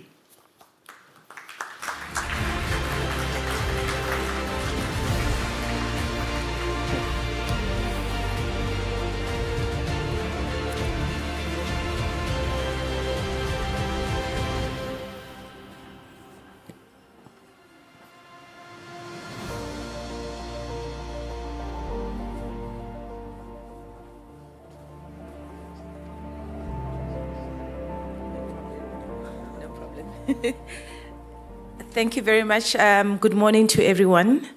I would really like to start by thanking Brenda and Lubin for inviting me to such a special occasion. I think I'm sitting there this morning and reflecting on my own actions as a person and as a leader, and how much I can actually learn from all of you sitting here today and all the presenters. So thank you very much. My team gave me a speech, and as I was sitting there, they said, please make sure you don't go off script. So as a conscious leader, I'm going to go off script and share with you my feelings, for today. And in terms of, from a consciousness point of view, what I'm deriving. A couple of years ago, I had a very serious discussion with one of my members. He's a retired old gentleman, and we were talking about politics. And I was saying, we're just talking about general politics in terms of the world politics, not necessarily South African politics. And one of the key things that he said to me is, the problem that we have in the world is that we are allowing people that don't have conscience, that are not ethical, to rule us. And those that have got consciousness and are ethical are sitting behind, and sometimes sitting in business positions or in other areas where they should not be sitting, but should be out there in the forefront. So starting off with what I'm going to be sharing with you, as well as my experiences from a conscious leader's point of view, is I'd like to implore upon each and every one of you to say, we're sitting here, we've got leaders, ethical, conscious. Why are we not in the political space? I know we always have a reflection and say to ourselves, politics are dirty, it's for politicians, but we've seen what politicians have done, not just to our country, but to the world. So I'd like to implore upon you to please do reflect on that and think of that. Being a leader of an organized business, and of course the Durban Chamber of Commerce and Industry, given that we are a 168-year organization, comes with a lot of responsibilities. And when it comes to how we hold government accountable, it's very, very important that when we go out there, whether we are writing letters or we're going out to the media, that everything that we take out there is truthful, and we know that it is the right thing to do. We are living in times today where we have some of our leaders, people scared to actually hold those leaders accountable. And we need to start getting up and saying, let us hold you accountable. How are we doing it now in KZN? How we've started doing it is we've realized that some of the leaders, especially civil servants, I know that I'm sitting next to the AG. AG, you're one of the best civil servants that we have. But some of your colleagues, it's a pity and it's unfortunate how they actually operate, that you would tell them that here is a problem and they don't want to acknowledge it. The first thing that they do is they will give you one excuse after another why things cannot be done. And our approach as the Durban Chamber is to say to these leaders, when we're sitting around the table, more especially our city of eThekwini. 2 days ago, I was sitting with my city manager and his exco, and I was sharing with them the issues that are there in the city. And I said to them, I am not going to leave this room up until you admit and accept that there is a problem. Now, that is consciousness. I'd like to also share with you a little bit of a story of the challenges, again, of being an organized business. I was sharing with Brenda when I first chatted to her. She said, you know, I read about you with the challenge that you had where I had written a letter to Minister Pravin Gordhan last year requesting the resignation of the then Transnet CEO, Ms. Portia Derby, as well as her executives. And Brenda was saying to me, I'd like you to come and talk to our conscious leadership, because what you've done is you stood up and you said, enough is enough, and you're going to stand up there and say, I'm going to do what is right, and that is consciousness.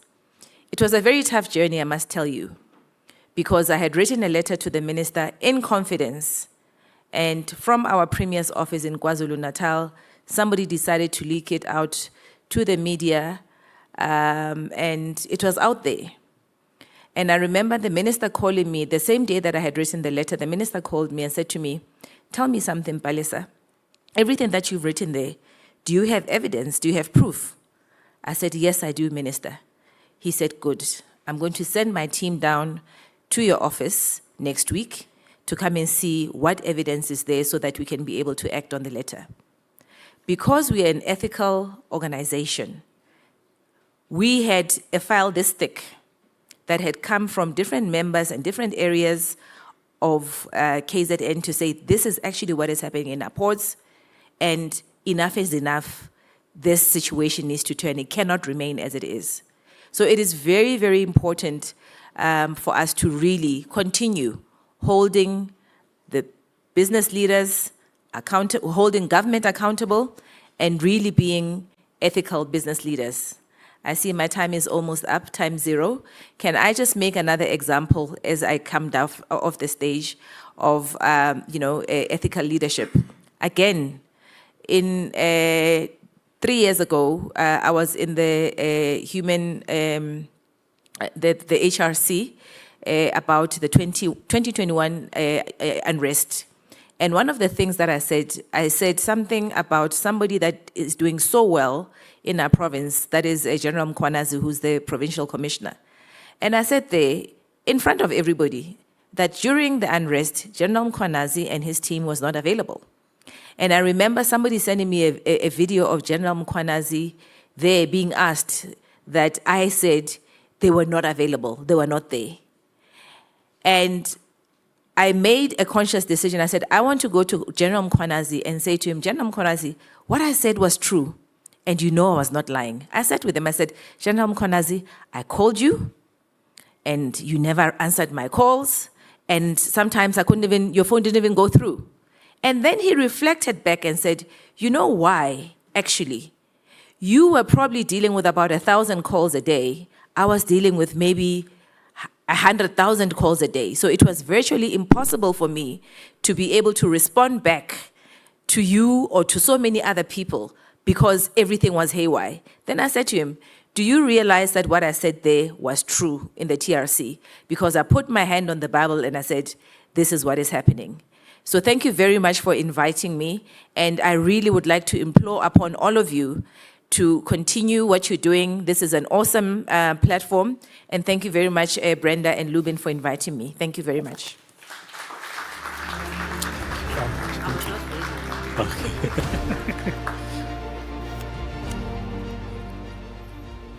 Palesa, thank you very much. Thank you for your conscious leadership of organized business in Durban. It really is wonderful to hear your perspectives and to have the role that you're playing in such a pivotal province for us. Sekani Maluleke is the first woman to hold the position of Auditor General in the institution's 109-year history. She is a seasoned business leader with a wealth of corporate governance experience. Please welcome the Auditor General of South Africa, Sekani Maluleke.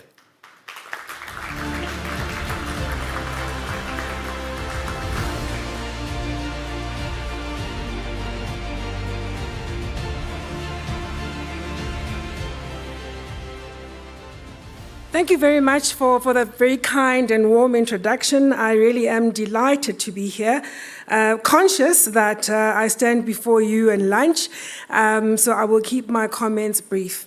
I'd like to start by greeting Brenda and thanking you for making me and the AGSA a part of this very important conversation. I'd like to also recognize the chair of the Mail and Guardian, who's saying thank you for your very kind words and of encouragement and of complimenting the team that I'm privileged to lead. Those young people that you came across at MDDA represent that which is good about our profession of auditors, about AGSA as an institution, and I also believe about the future of this country, the young people of this country.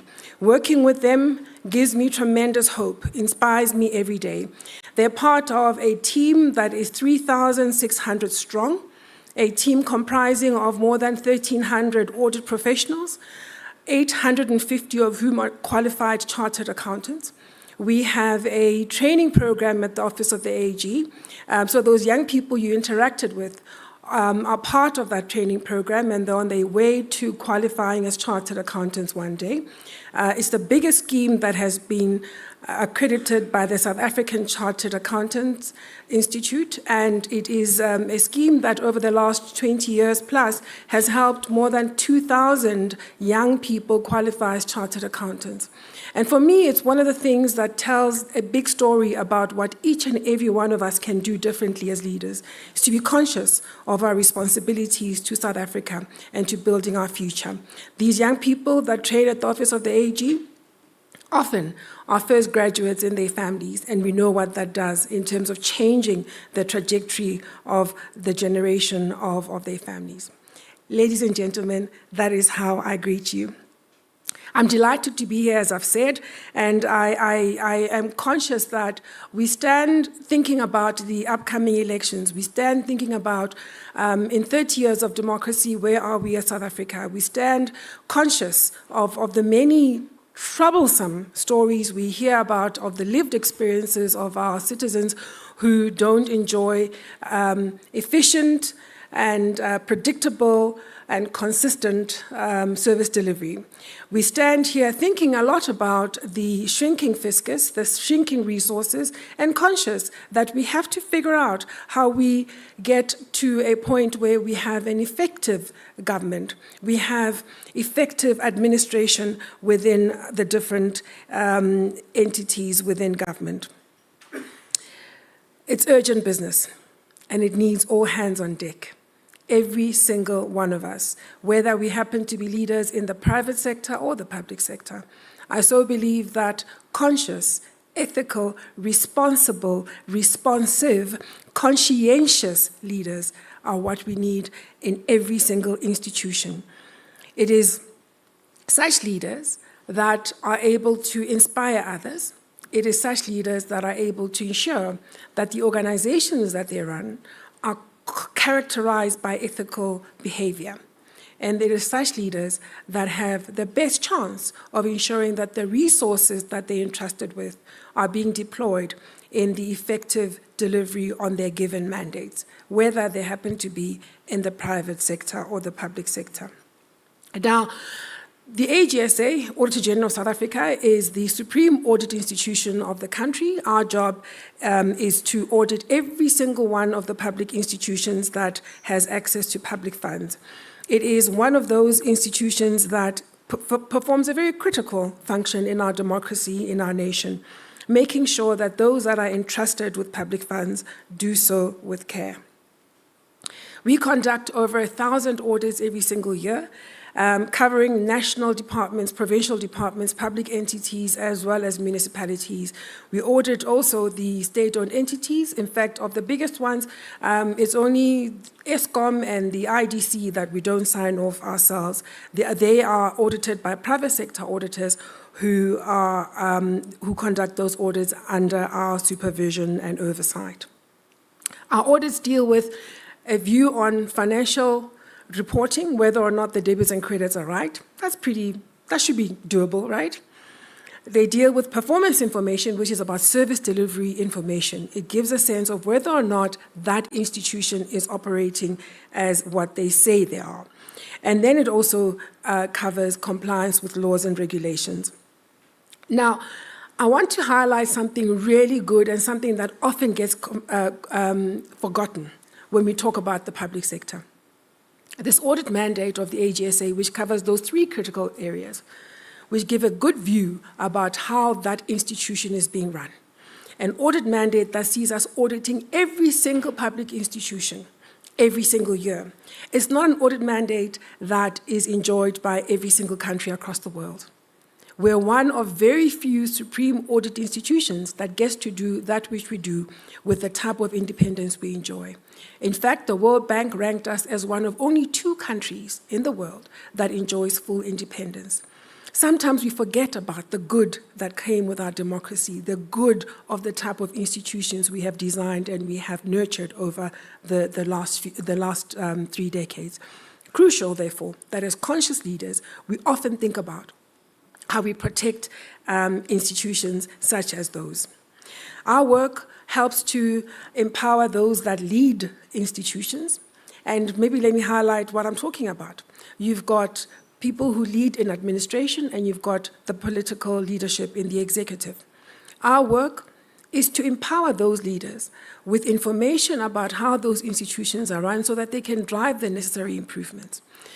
They are the appointed stewards, the elected stewards over those institutions. Our job is to give them the type of information that helps them do so better. You and I, as citizens, must hold them accountable in terms of whether or not they're responding to the advice that we're giving. They're responding to the problems we're identifying as a course of strengthening their environments. Our reports are often directed at those that have been elected to oversee those institutions. Those are the public representatives in the legislatures and parliament, as well as the municipal councils. My job and yours as citizens is to be responsible in holding them accountable in terms of whether or not they're doing what they should in driving oversight properly. Given that we audit everyone, I think we have a good view of where the problems are, but we also have a good view of where the strengths are.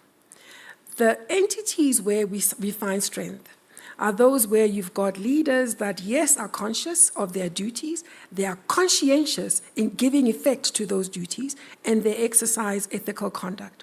They embrace the spirit of what's sitting in Section 195 of our Constitution, which really details how every single public institution should run and how every public servant should act. It's clear. In fact, that particular clause in the Constitution empowered the Batupili Principles, which set out key matters around ethical behavior. And then in the local government sphere, you've got a code of conduct, which sets out specific obligations on what every municipal councillor and official should be doing in terms of driving ethical conduct. So the rules, the prescripts, the guidance is there. Our job, yours and mine, is to make sure that we hold those that we elect to account so that they do deliver on their mandates. Quite often, our reports touch on local government, and they're the ones that tend to get the greatest airtime because that is the sphere that touches on the lives of people directly. I hasten to add that the ethical gaps that we find in the leaders in too many municipalities often exist in the provincial and national government as well. Think for a moment with me what it tells you about how a municipality or a department is operating when people go without water. When my sister from Durban will tell you that as a Chamber of Commerce, they're well aware that long after the floods that hit the KZN region, and specifically that particular city, there were far too many people still sitting without access to basic water, basic sanitation services. And there were water tankering services being paid for, and yet those water tanks were not reaching them. Think for a moment with me what that tells you about the dearth of ethical leadership, conscious leadership, conscientious leadership.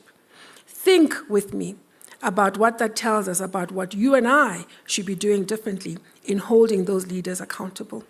Think with me about what you and I should be doing differently in ensuring that the public service is led and managed by people that have those key values, that espouse those values, that demonstrate them on a consistent basis.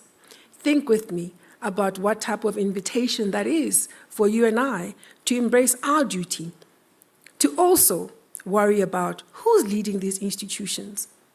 Do we send our very best into the public service? Or do we leave the public service to those who can't do anything else? Think with me what that tells us about a public sector that doesn't enjoy access to talent that the private sector does. The work we're doing at the AGSA of ensuring that we train strong, professional, ethical people is about helping to capacitate the public sector. Many of them go on to become the CFOs, the CEOs, the directors general in the public sector. And that's happening more and more. But interestingly, because we've been clear as the AGSA that our training program mustn't be less than anyone else. It must be the same as what you find at a private sector firm. We must be seen and we must indeed be delivering the same quality of professional. So, evidence is there. Team AGSA is able to deliver neck on neck with the Deloittes and the KPMGs and the PwCs of the world the same number of newly qualified chartered accountants each year. 2 years ago, we were second in terms of number of new CAs that qualify through our office, writing the same exams, having gone through the same level of training. Last year, we were third. And that will continue. I point that out because it's crucial that you and I worry about having public sector institutions that are just as strong as what's happening in the private sector. Because what that does is it gives us confidence that the people we place into the market, whether they go private sector or public sector, are just as strong as anyone else. Our guys are also ending up in the private sector more and more because we're conscious that they must not walk around believing that they are less than, because that's where confidence comes from. We're also very clear that they must be able to move anywhere in the world, and they do. More and more of our guys that train from the office of the AG are moving into private sector firms, public sector firms in South Africa and abroad. I mention that because the type of skill we've got to be worried about, all of us, that must be sitting in the public sector must be the one that also is in the private sector.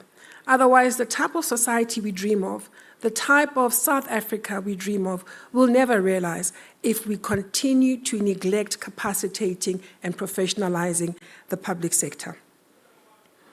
I'm well aware of the time out. I want to commend Sumitomo Rubber South Africa. Lubin, I think the example you gave of how the private sector institution that you lead is demonstrating a type of posture of ownership in Ladysmith that says we are part of society, we're part of the same ecosystem that must make Ladysmith work. That's the type of thing we should all be driving towards. I want to leave you with one last message. I've invited you to think about a few things, especially in terms of how the public sector should look. As we head towards the elections, I'd like to invite you to think carefully about how you and I advocate for two critical things: quality political leadership, whomever the winning parties are, quality political leadership. 2, stable administration. What we've learned over time, it is that instability has been the biggest risk to the quality, the strength, the performance, the accountability, the transparency of public sector institutions, whether it's a municipality, whether it's a state-owned entity, whether it's a department in the national sphere. So, 2 things: quality political leadership, stability in administration. Thank you very much.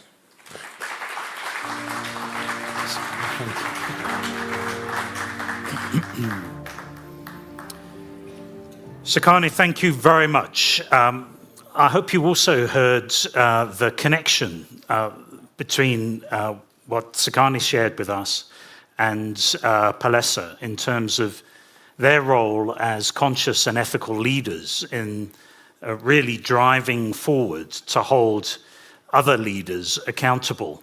Really impressive to have such strong leadership in the roles that both of you play, and thank you very much for the role that you play as our Auditor General. Our next speaker really is our regular fan favorite at the summit and a leading light in the Conscious Companies faculty. He works to establish values-driven organizational cultures and empowers leaders to move beyond constraint of thought and behavior patterns to discover new perspectives. From the Conscious Leadership Academy, please welcome from Munich, Dr. Jan Bellerman. Thank you.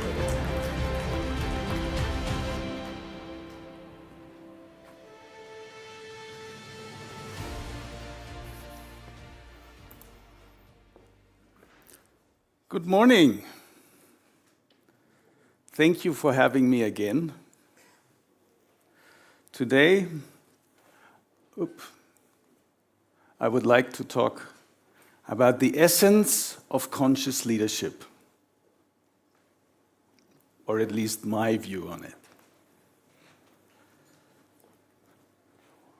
What you are seeing here are currently the most important theories about consciousness. They have two things in common. One thing is, they don't agree with each other at all. And that tells me that science will still take some more time to figure out what consciousness is. The second thing they have in common is they believe that your consciousness is shaping your experience of life. So let's start here. How and in which way are we experiencing life? Let's go deeper.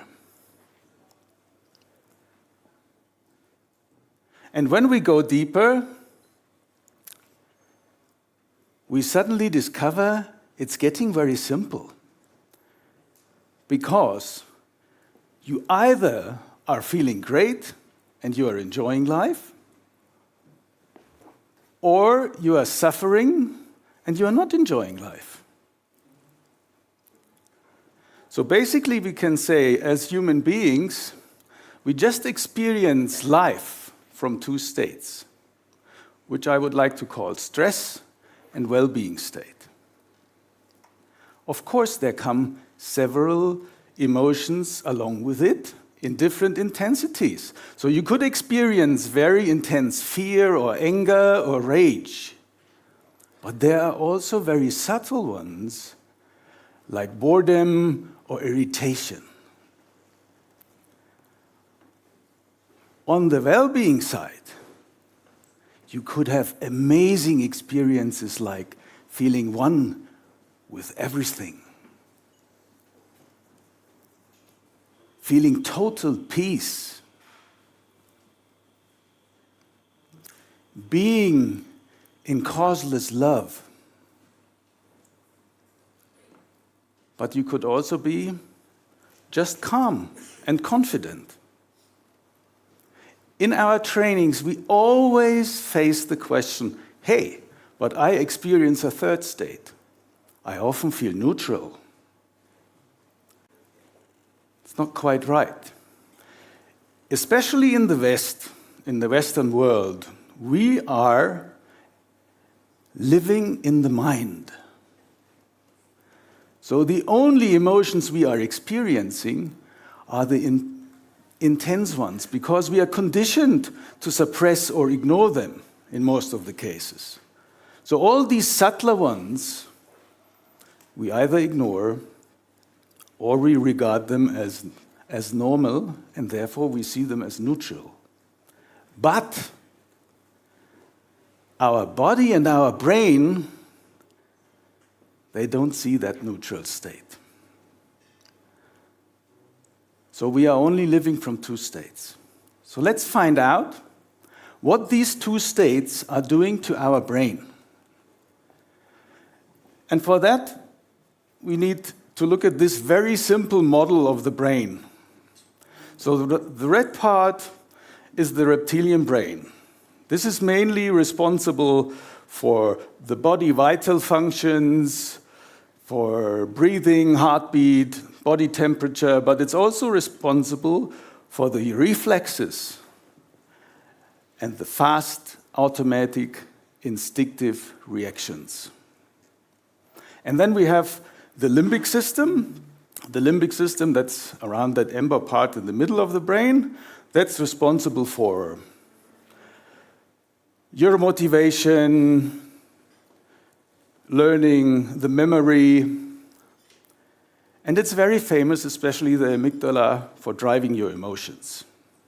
And then we have the blue part, the biggest part, the youngest part of the brain, which grows until we are 25 years old.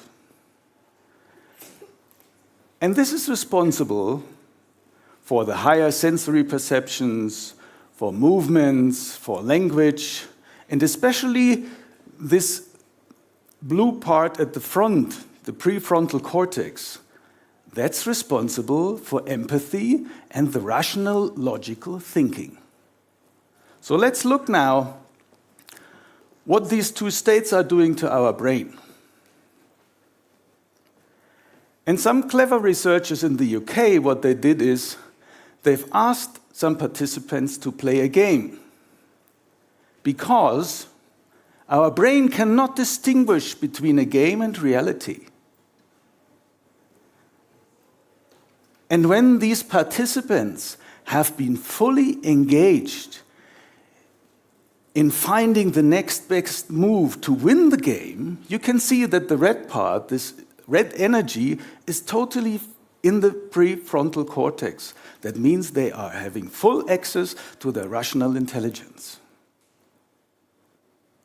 The moment they are facing a life-threatening situation as part of the game, this happens. The body and the brain immediately move into survival mode.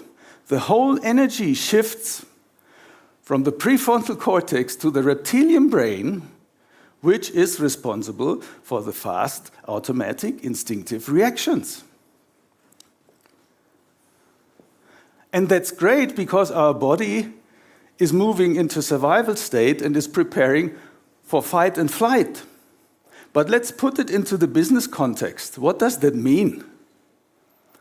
Every time when you are facing a new, unknown challenge, you are moving into uncertainty because you don't know how to handle it. In that moment, your brain is moving exactly into that stress state. You're not having access to your full intelligence. You're driven on autopilot. And that means you're only repeating old solutions from the past. And that doesn't sound very clever in a world that is changing every day. So what I would like to take you away from this slide is, number one, your state is determining the quality of your life, if you are in stress or in well-being. This state is determining the quality of your decisions and actions. So now we understand the impact of this state on ourselves.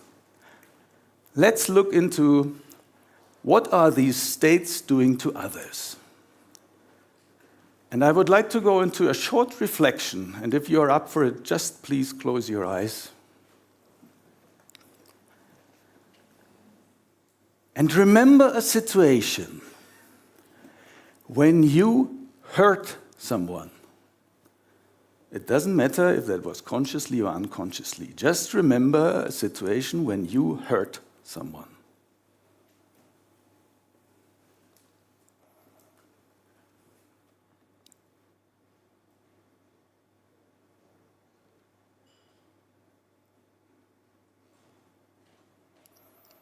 And then ask yourself, in what state have you been? Have you been suffering from stress, or were you feeling well?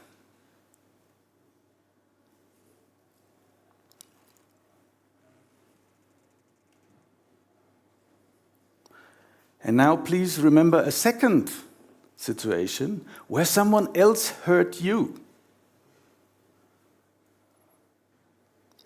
And please reflect again. In what state was that person? Was that person feeling well? Or was that person suffering from some stress?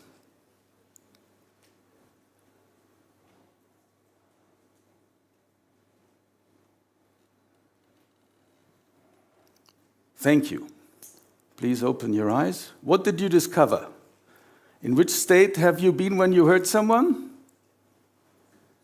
Stress. Yes, thank you. In what state has that other person been when that person hurt you? Stress. Thank you. It's very obvious, isn't it? The moment we are moving into a stress state, we are causing a lot of problems.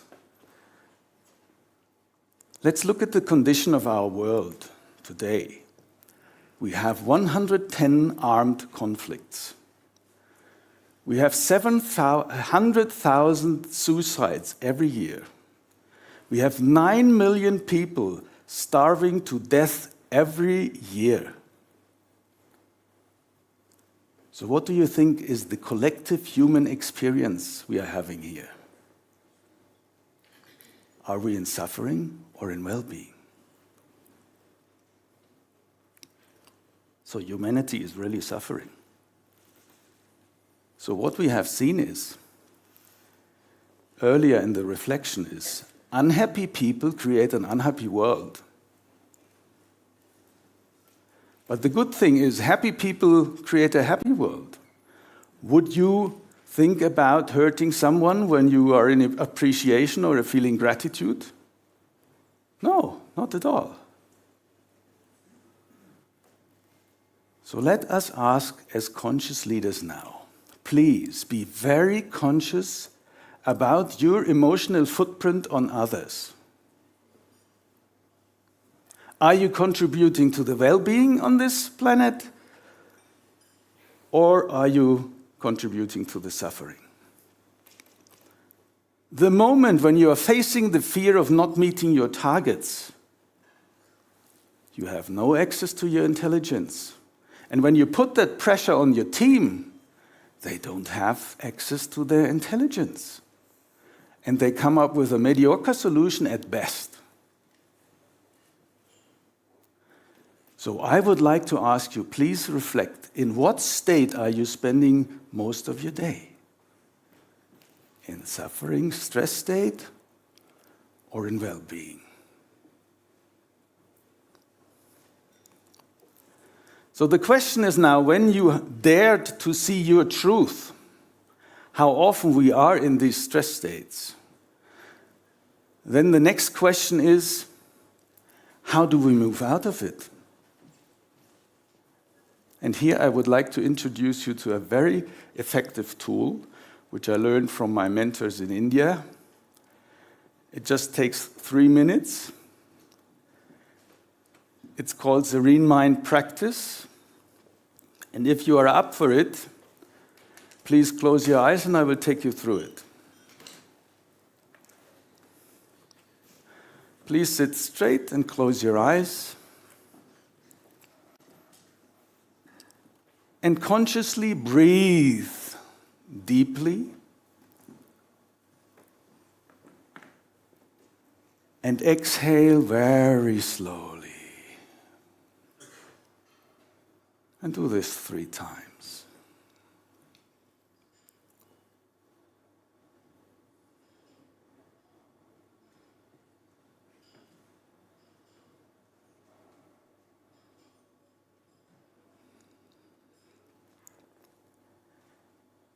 And then recognize the exact emotion that is alive in you. It could be irritation. What does this guy on the stage want from me? It could be resistance. Oh, I don't want to do that.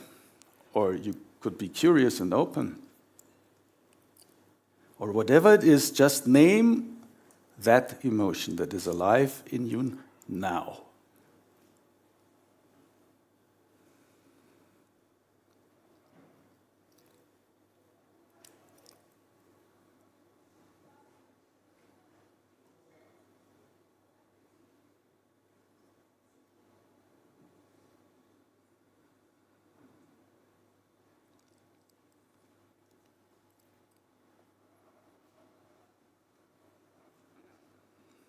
And then observe the direction of your thinking. Are your thoughts taking you back to a story of the past? Or are your thoughts creating a nice story about the future or a chaotic story about the future? Or are you in the present moment? Just observe, don't do anything with it.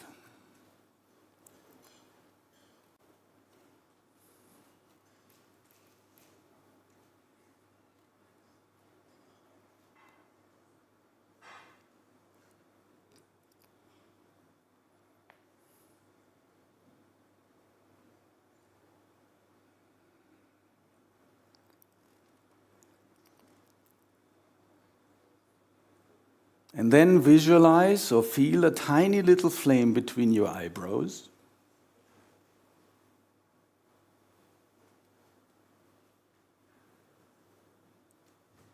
And focus on it.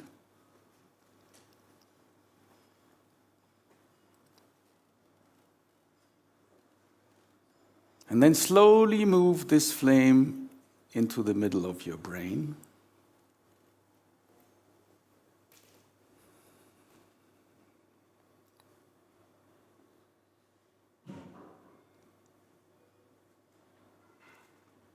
And let it burn all unnecessary thinking and illuminating all your brain cells.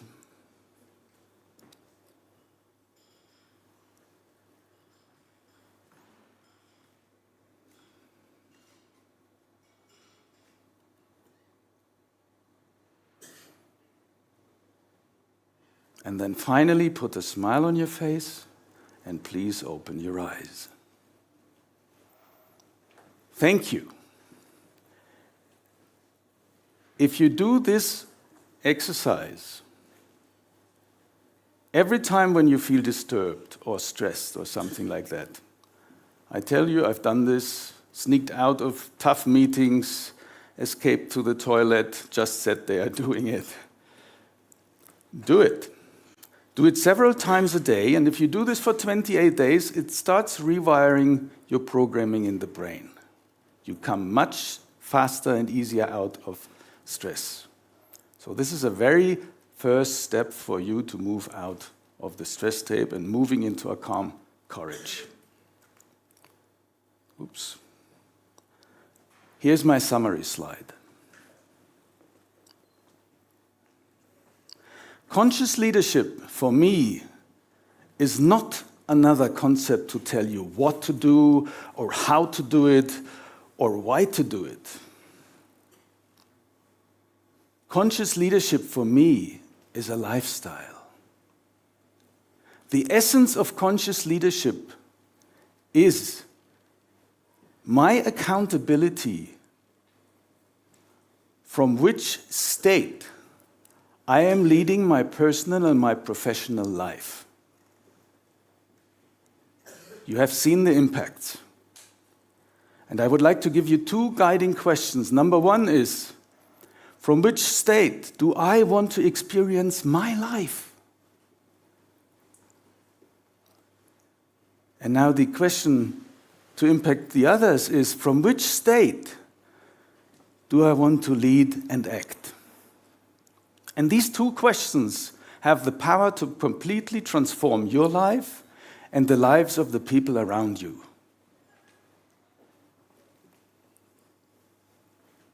So every time when you're facing a challenge, the first thing is pause. Not so easy when you're in the rush of the daily business. This is where most people fail. The second thing is observe the state in which you are and see the truth. The third thing is shift the state if necessary. And the fourth thing is address the challenge in front of you. Because if you're addressing it from a calm courage, you're having full access to your intelligence. At the same time, you're feeling connected to the people around you, and therefore you automatically come up with a great solution that serves all. Thank you.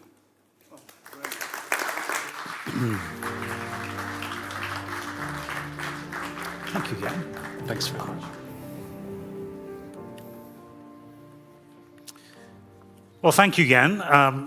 That was very relaxing. I was sitting behind the dark curtain here in a comfy chair, and I nearly didn't come back after that. But I had to energize myself. Thank you, Jan.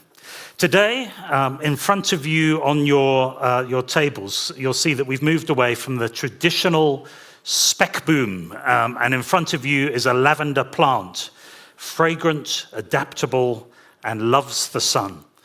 This herb is also commonly used for medicinal and therapeutic benefits. It helps improve sleep, relieve pain, and reduce blood pressure. As it turns out, it also has a positive effect on mood, stress, anxiety, and depression. The color is also associated with the crown chakra, which is the energy center associated with higher purpose and spiritual connectivity. A timely intervention, I hear you say, before the elections. We hope that you can find a place for it in your garden, and that it may grow as wild and free as the hands that plant it. So please take it home with you. Are you ready for... Well, there you are. Thank you, Brenda. Thank you. I'm sure, like me, you're ready for a break. Okay, so let's take a break. We're going to be playing a video from Mahanji for those of you that are online. Please take a comfort break. And we will call you back rather quickly. Once again, please don't forget to use hashtags during your break, hashtag conscious companies, hashtag conscious leadership, and hashtag summit 2024. Let's take a break. Thank you.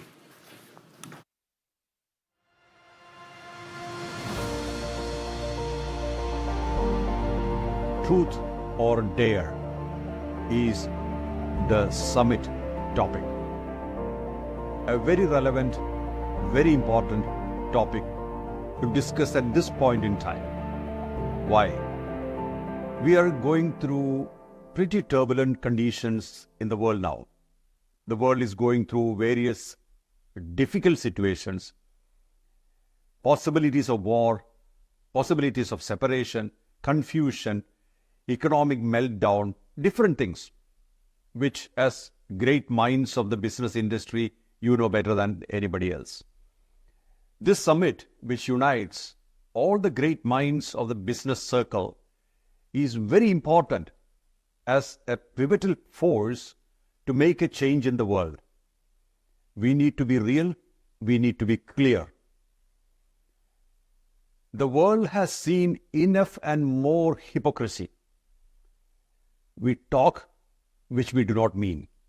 And that's not helping the world. That's not creating any difference, any positive difference in the world. The new generation is taking over just around the corner. And what are we giving to them? Important to remember.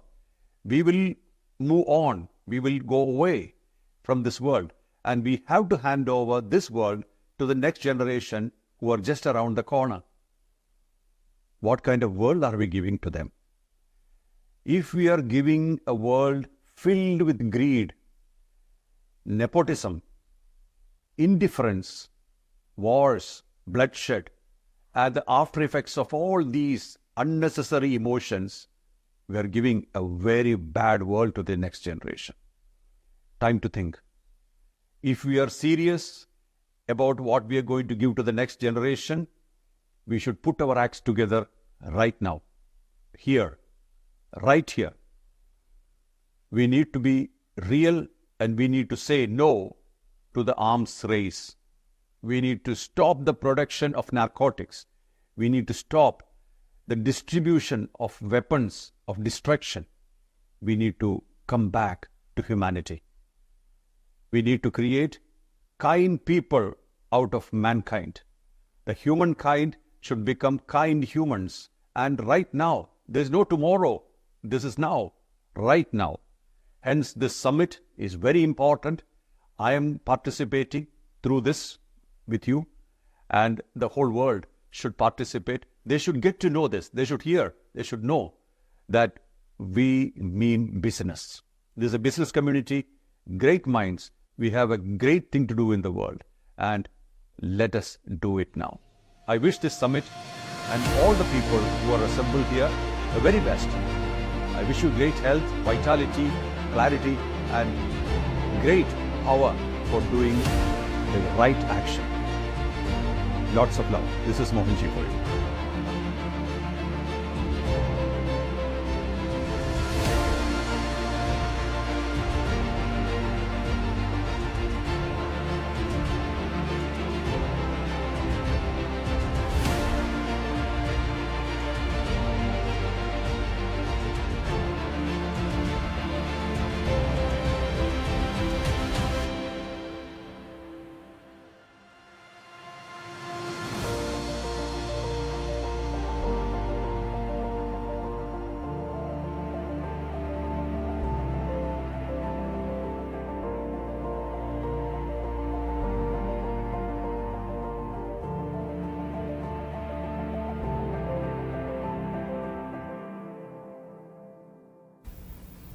You're only making a mess by trying to put things straight. You're trying to straighten out a wiggly world, and no wonder you're in trouble.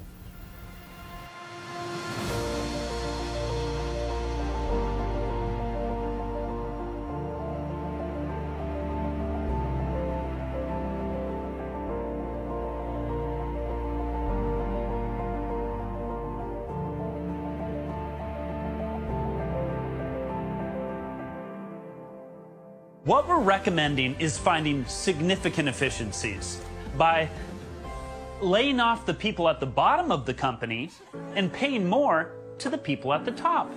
Hey, that's me! Yes! With the money signs? Yeah, that's you. Yes! It's me at the top!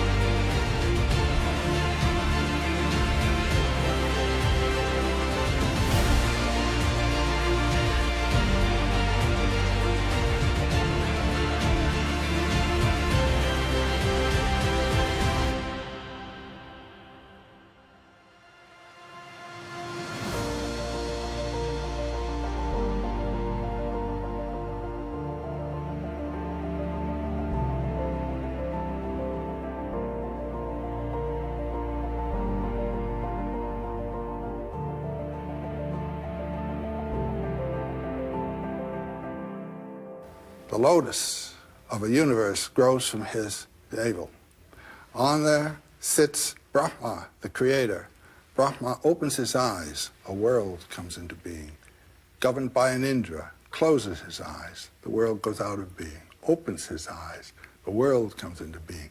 Closes his eyes, and the life of a Brahma is 432,000 years, and he dies. The lotus goes back, another lotus, another Brahma. And then think of the galaxies beyond galaxies in infinite space, each a lotus, with the Brahma sitting on it, opening his eyes, closing his eyes with Indras. There may be wise men in your court who would volunteer to count the drops of water in the oceans of the world or the grains of sand on the beaches, but no one would count those Brahmas, let alone those Indras.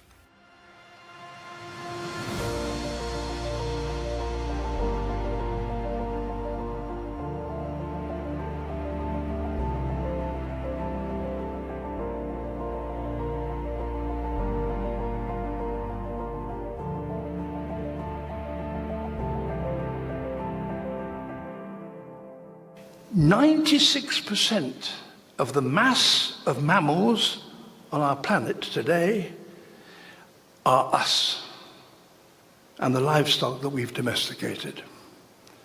Only 4% is everything else, from elephants to badgers, tigers to bats. 70% of all birds are now domesticated poultry, mostly chickens. Nature once determined how we survive. Now we determine how nature survives.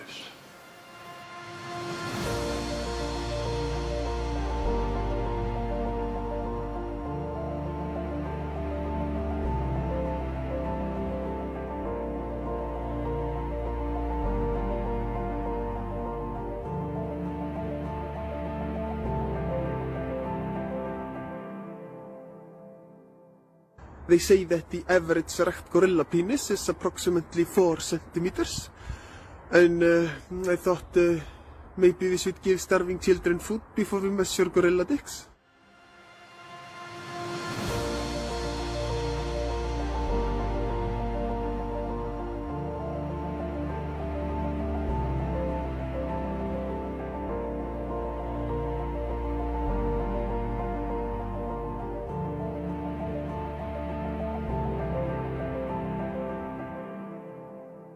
You think too much.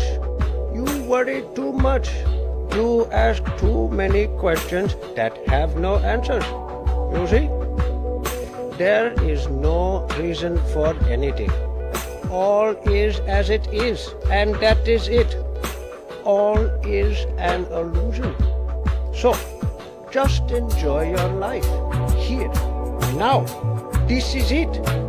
And I have no freaking idea why we are here. It is all one big mystery.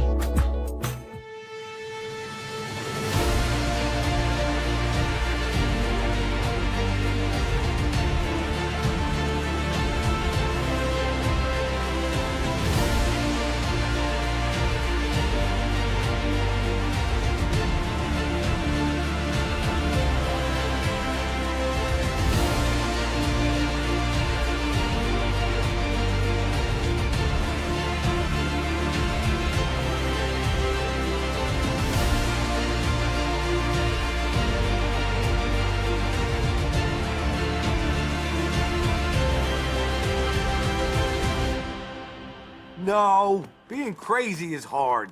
You're getting all hung up on imaginary problems. You gotta focus on what's real, man. You see this cup? This is literally my favorite cup. Huh. Now it's gone forever, so it's not real, and I don't care about it anymore. Oh no, my favorite window!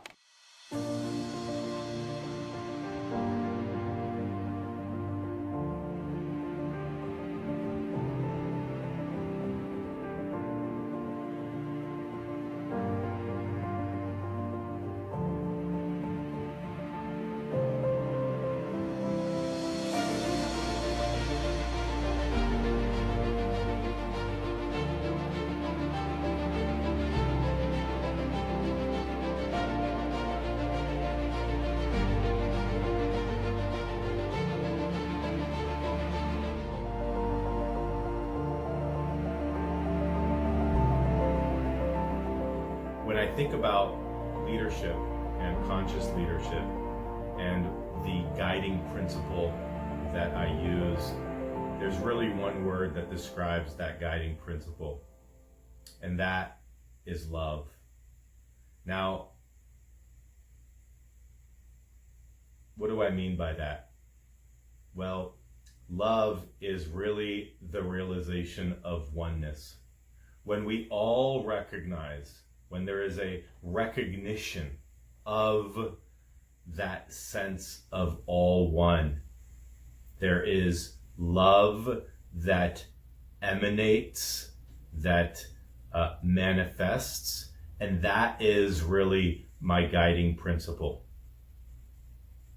Maybe it was present from when I was born, but this is something that each one of us has the ability to cultivate in ourselves and in each other. This involves coming from love in anything we do in the world and expressing love in everything we do in the world. I often ask myself, is this going towards love? Is this action going towards love? And that has been my guiding principle as a leader, as a physician, as a father, as a husband, as a friend, as a human being. How is this done? Well, the first step is actually having a practice of understanding the nature of the mind, the connection of the mind and the heart, the connection of the mind, heart, and body, and being fully embodied. The second step is learning to rest in pure awareness, that space of total potentiality from which everything manifests, from which everything emerges. This is a practice that one can do, a practice of resting our attention, being able to fully rest in that space of awareness from which everything can manifest. All of the possibility of anything that exists can actually manifest. This takes practice. At least it did for me. The third step then is from this space of pure awareness, from this pure potentiality, there's the intention then of going into the world, of interacting, of manifesting, of having relationships, of communicating, of being. And that intention, from that space of pure potentiality, that intention is love. We come out into the world with intending to bring in love, to manifest love, to lead with love, to walk with love, to follow with love, whatever it might be. The intention is love. With that, I'd like to dedicate this talk to all beings everywhere. May we all be in love. Thank you very much.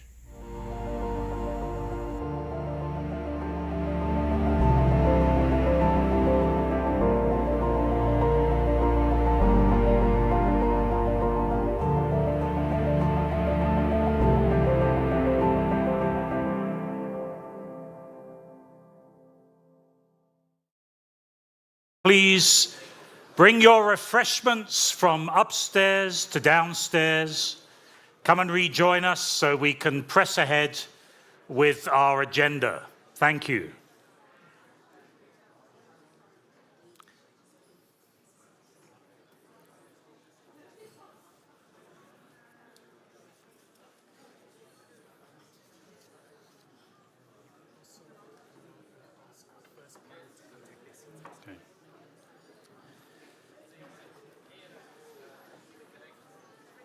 Ladies and gentlemen, we're reconvening. If you are upstairs, We're going to be lowering the oxygen level up there and only having oxygen downstairs, so please make your way before the air runs out. And if I could ask Michael Juden and our first panel to make their way onto stage. Michael Juden. Arsenal will be playing on stage shortly.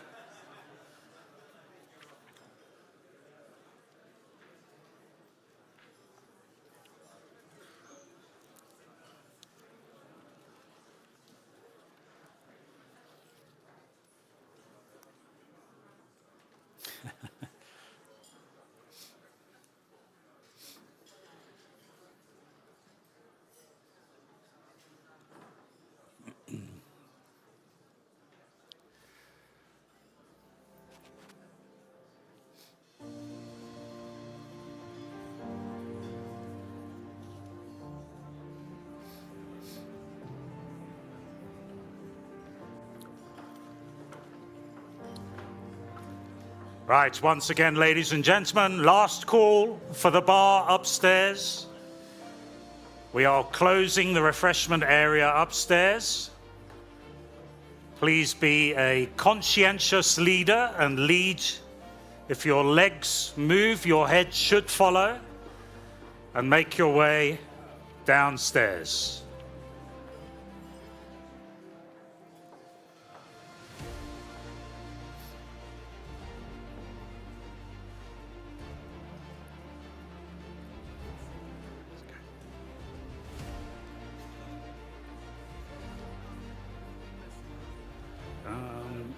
I don't know. I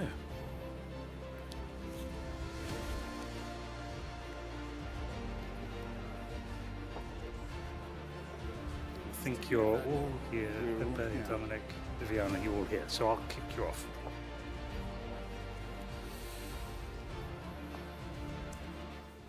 Right, everybody, please follow the leadership of our major sponsor here, where the rubber hits the road.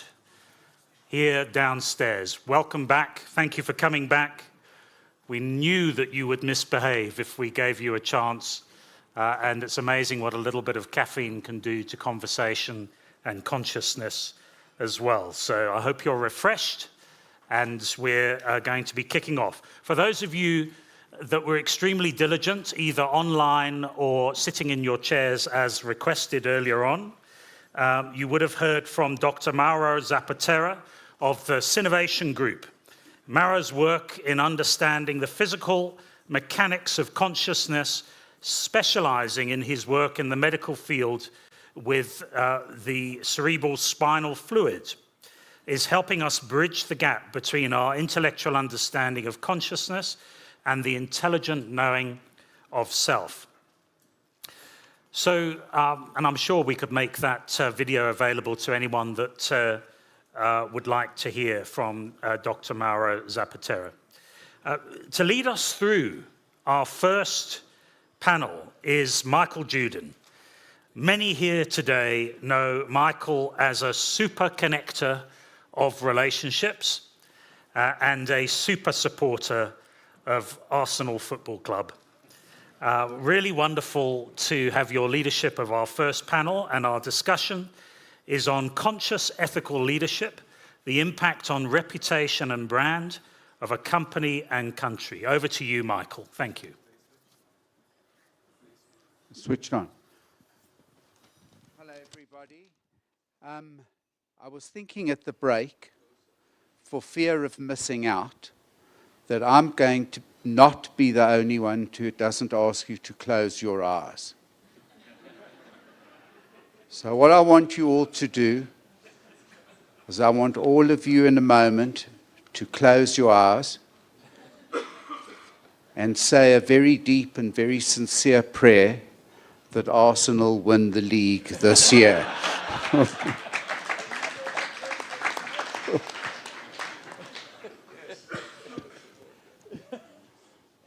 Right. Hello, everybody. Our panel discussion is how conscious and ethical leadership and Because it's in King, I'm going to add effective leadership to that also. Impacts the reputation and brand of a company or country.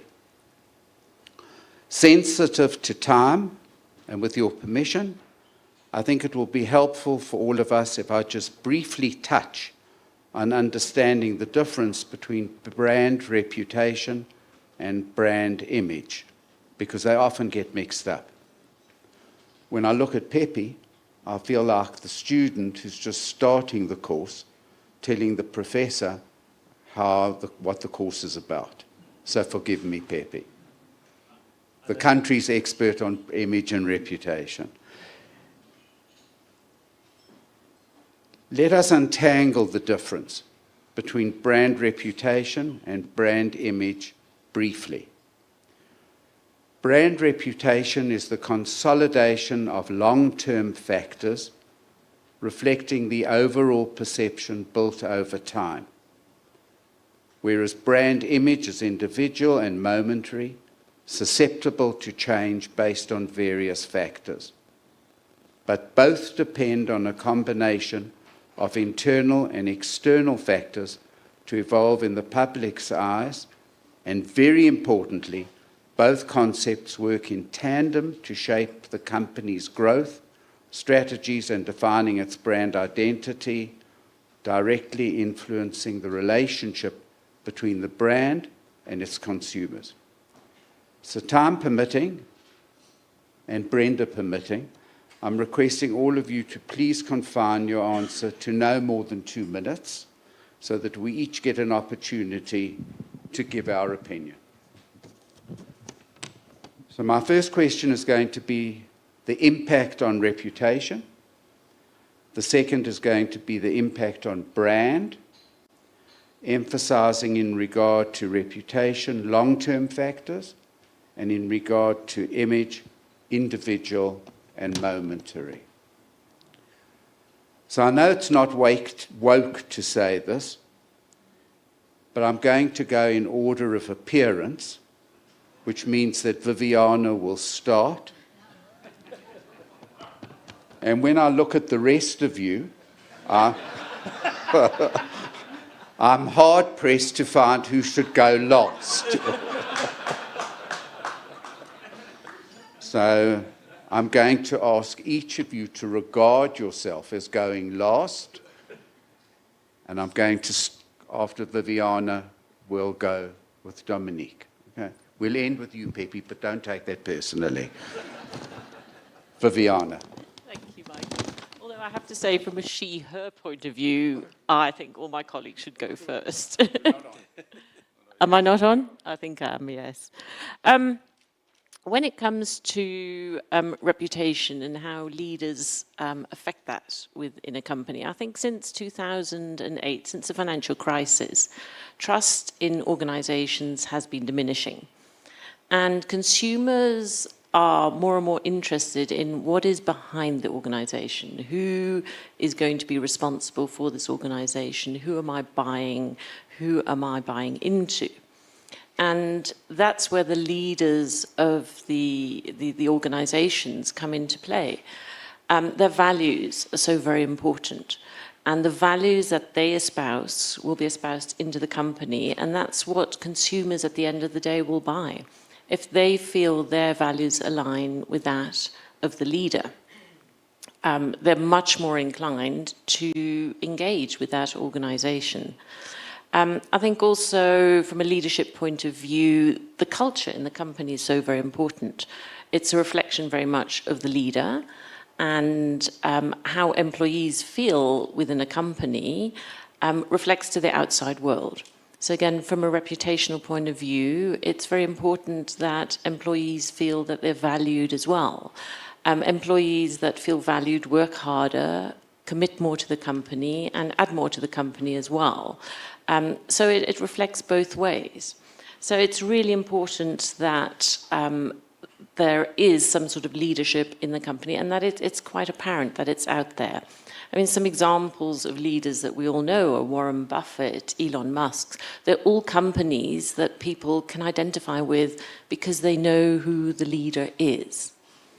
And that's why it's so important that the leader is present and does impart their values onto the company. Thank you, Vivian. Hello? Hello, that's you. It's me saying hello to you. Yeah. I was thinking. Hello, how are you? Yeah. Good, you're good. I was actually thinking Pepe is so good looking, he should go next, but. My office think he's eye candy. Yeah. There you go. So I think that to put the two words next to each other, reputation and leadership, is quite dangerous, because a lot of organizations try to build their reputation with putting the leader forward. And that's super dangerous, because if anything happens to the leader, whether the leader goes, dies, does something wrong, you risk your whole company's reputation with one person, basically. Of course, sometimes you may not have another choice than to do that, especially initially in an organization when you start. But in the long run, to build a reputation other than me as a leader, my personal reputation requires humility and requires a deep understanding of the world outside the organization, the context that people live in, what matters to them, what's good or bad, beautiful and ugly, what, say, their values are, and the same inside the organization. And I suppose leaders are, usually not being told the truth about what's going on in the organization, because everyone has an agenda. And boards know almost nothing about this. And we've heard earlier that if they're the consciousness and the conscience of the organization, we're in deep, deep trouble, because those who actually are the custodians don't know what they're deciding about. And I've sort of made it my life's mission to give boards and leaders the tools to understand that, so that they don't put themselves forward first and foremost, but that they understand how the culture works, how the organization works, and obviously what they want to achieve strategically, the values, the mission, vision, all those kinds of good things, and how to bring them together in harmony. And that's not the great leader who stands there and presents him or herself. That is someone who has deep sensitivities. And I suppose that's what we should be looking for when we talk about conscious leadership, is to develop those sensitivities and then do what's required and rise to the occasion, rather than put oneself forward as the leader. Thanks, Dominique. Jan?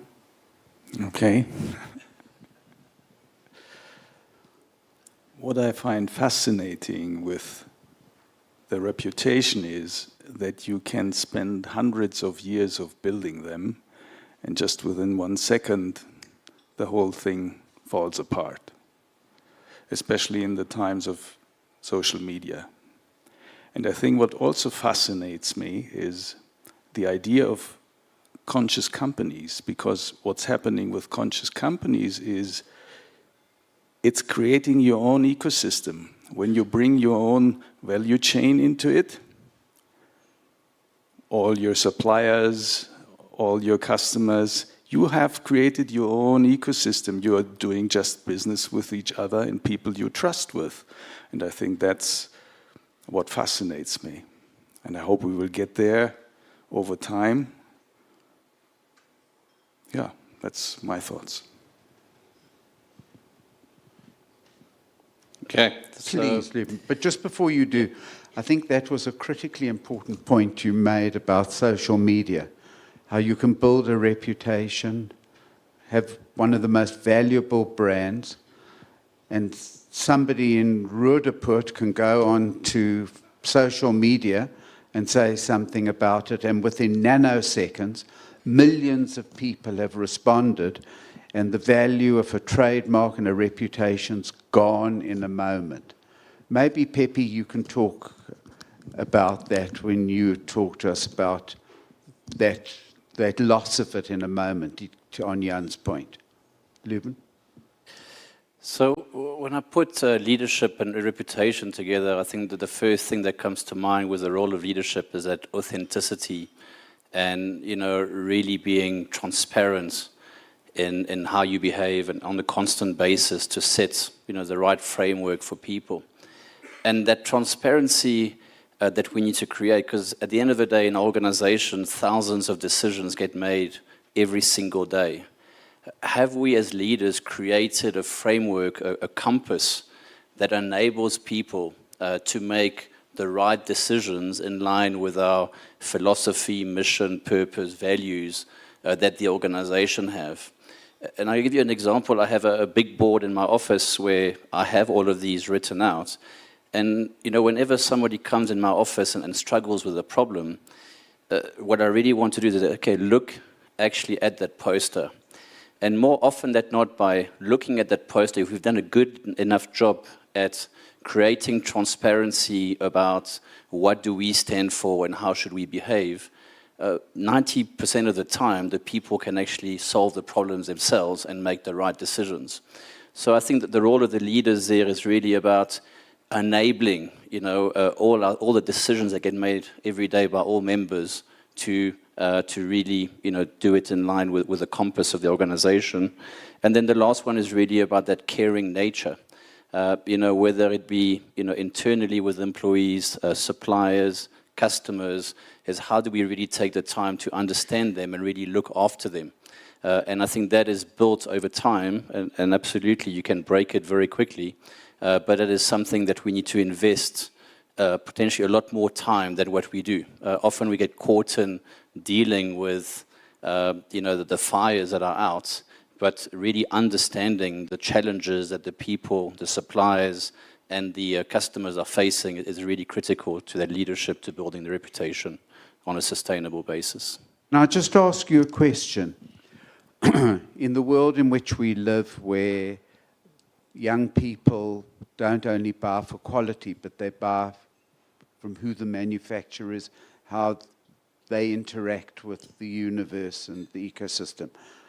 What do you do to ensure that when I walk into a store, I see a Dunlop tire, it's not only that it's a good tire, but that Dunlop's a good company, that by buying a Dunlop tire, I'm buying into something which has value to me. How do you achieve that? That's a tricky question.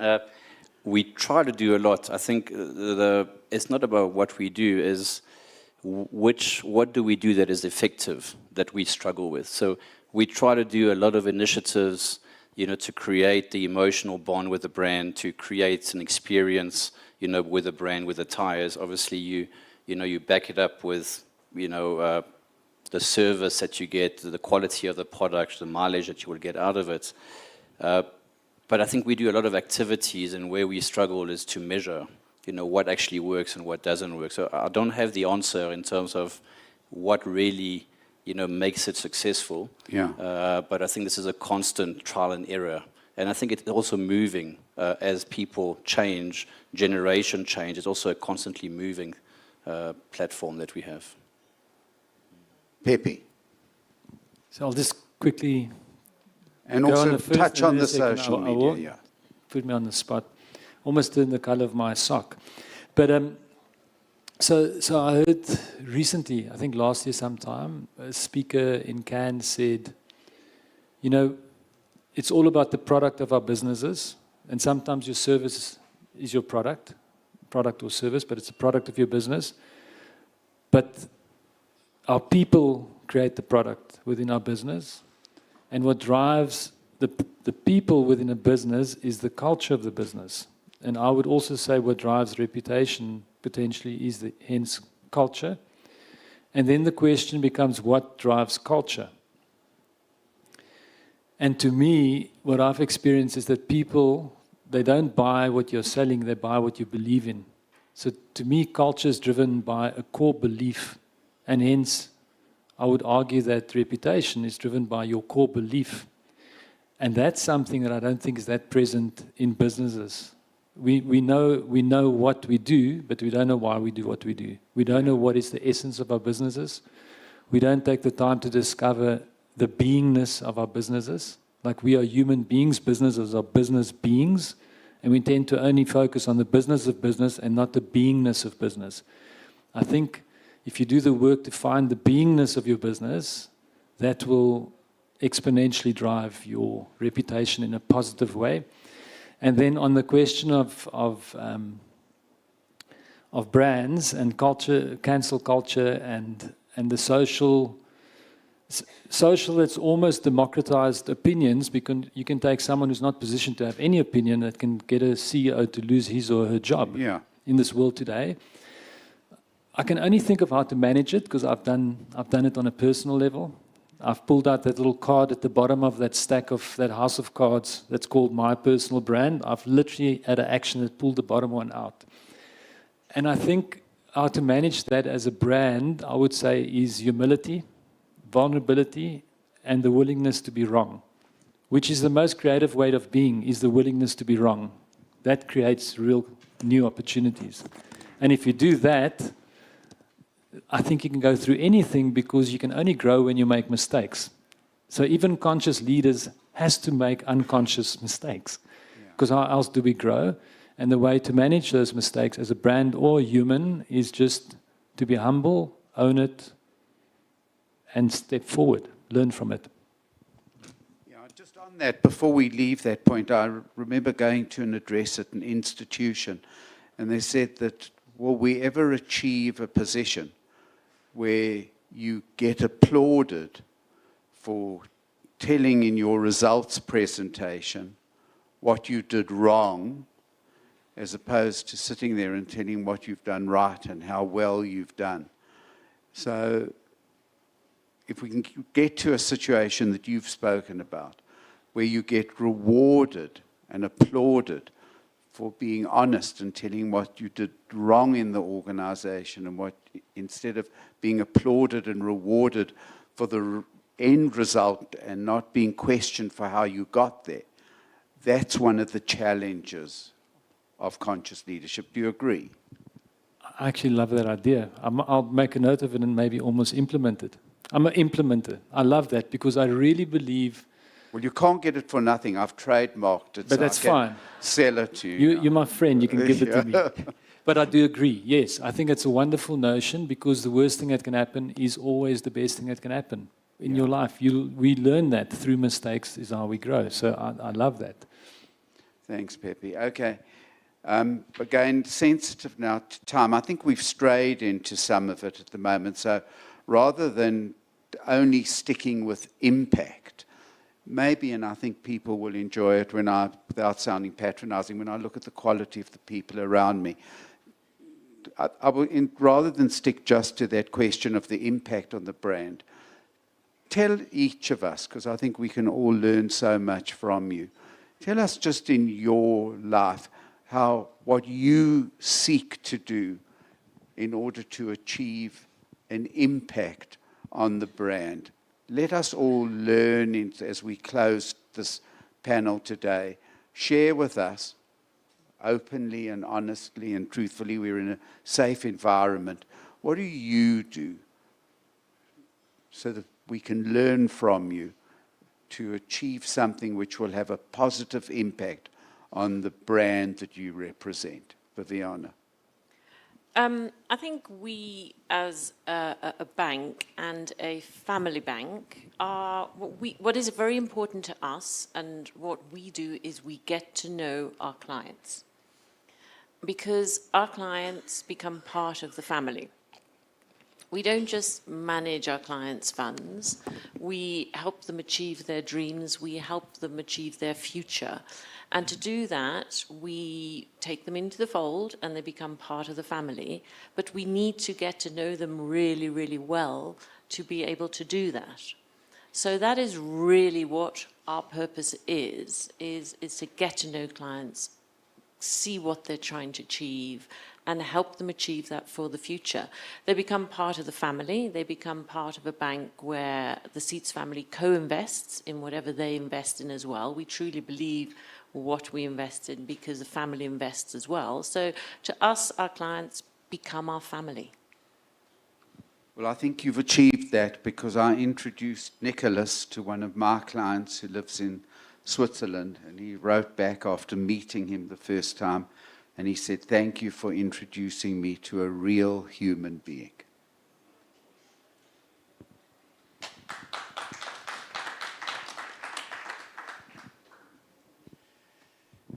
Yeah. Next in our beauty parade. Yeah. Well, I mean, I'm not really representing a brand. Obviously, we're running a small consulting. Now, you are your brand. My brand? Yeah. My own brand? Yeah. Now, you put me on the spot here. Absolutely. Well, I mean, I suppose we've heard, be thyself. Now, the problem, I think, with be thyself is we look at thyself as if it was something static, and it's something that I also always need to listen to. The authenticity is not a relationship to something static, but to something that constantly develops, and that I actually develop in dialogue with others, because it depends on who you are, who I am, who are we for each other. And it starts with telling the truth. I mean, I suppose I could say my whole life is an exercise in figuring out, how do I actually tell the truth? What is the truth? I love Pepe's conversation about what is the being of a company. We've heard a lot about the being of human beings, I suppose, implicitly. My real life is actually not a reputation researcher, but a philosopher, and I wrote my PhD in philosophy about the being of companies.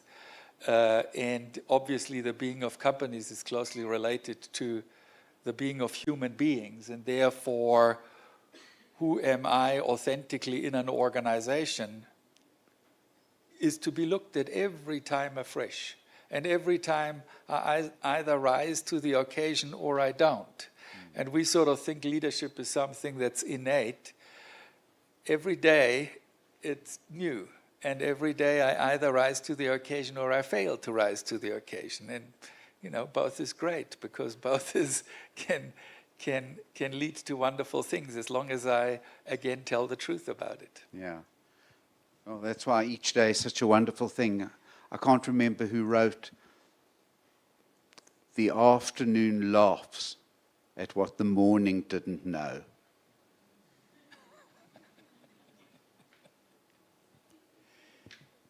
Some people understood the joke. Jan.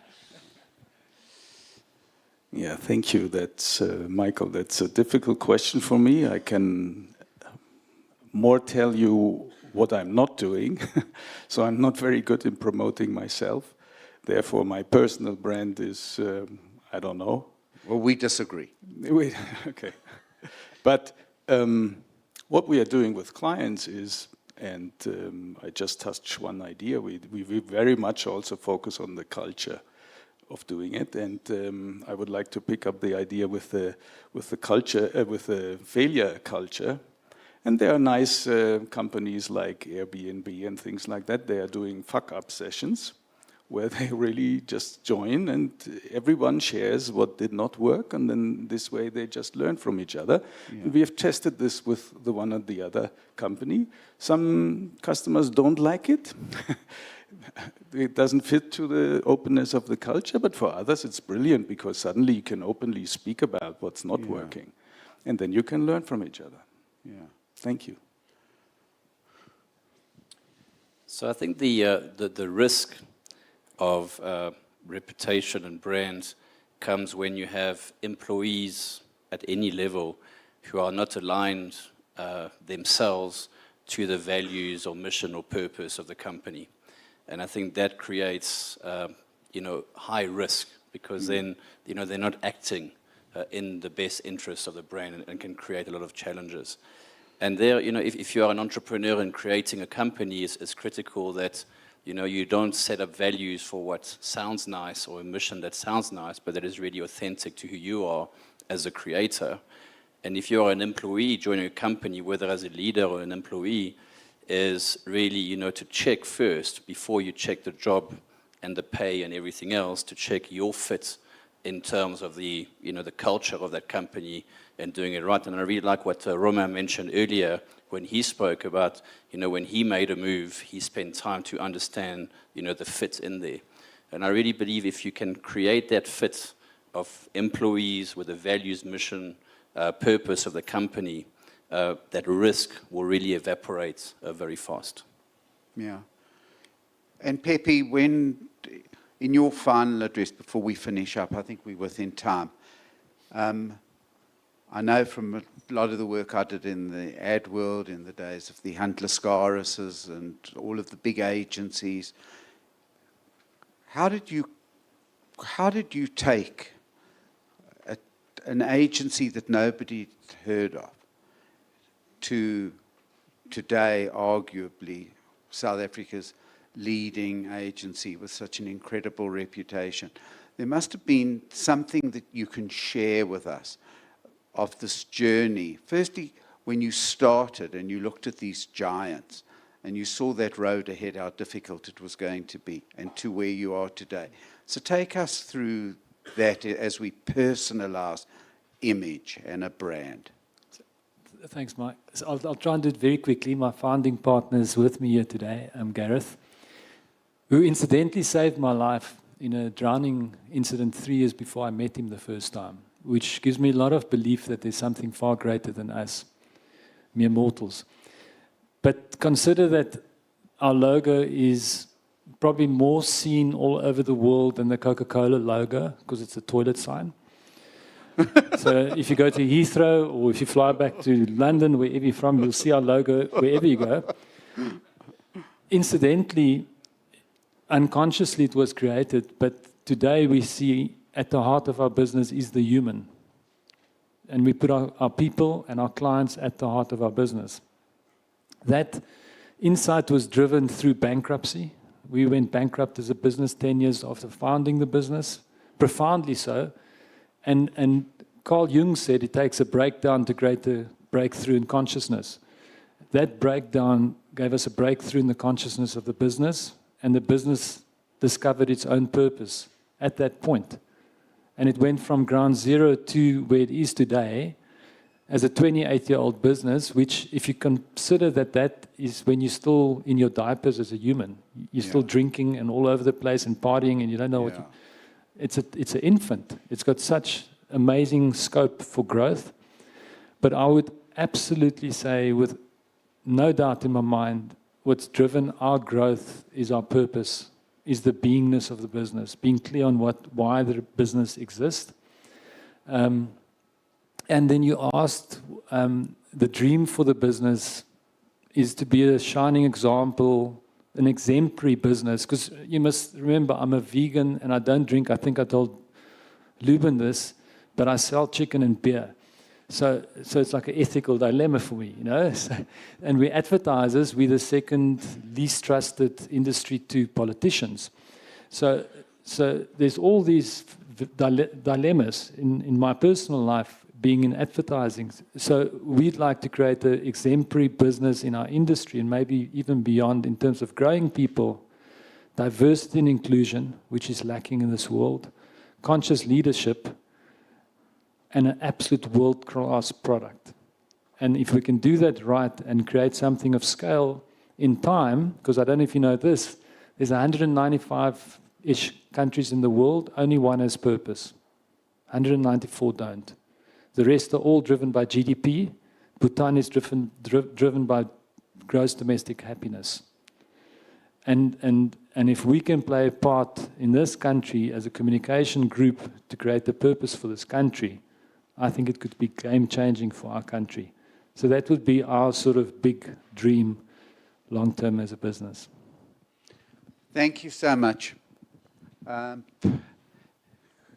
You said I'm a troublemaker, so I didn't go to the script of what this was meant to be, but I thought we would all benefit so much if we had a really human heart-to-heart chat about reputation and brand, and I hope you enjoyed it. I hope you learned as much from these wonderful people as I did. Thanks for your time.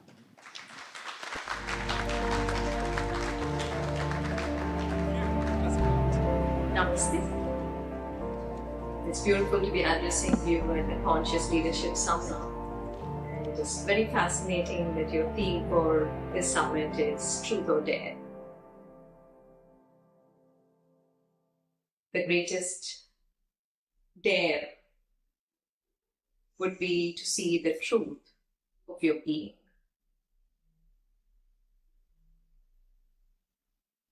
There is a very ancient Indian verse which says, "You are your deep driving desire." What is your deep driving desire? What is your deep driving desire? Is it a desire for success, for achievement, for fame, for recognition, for importance? Is your deep driving desire is only to make yourself feel bigger? Or is it also about creating greater well-being of lives around you?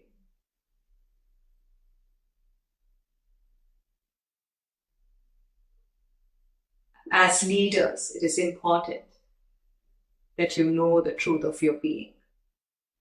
I'm not here to preach ideals. In fact, I don't believe in ideals. But I definitely believe in the transformative power of seeing one's truth. If you are able to bring attention to your deep driving desire and to actually see the truth, if it is only limited to yourself or not, that is where true transformation begins. When you're caught with just about yourself, you would live your life in fear, you would live your life in anxiety, you would live your life feeling restless and stressed and anxious. But as you start living your life from a space of connection, from an experience of togetherness, each and every one of you will experience an incredible power.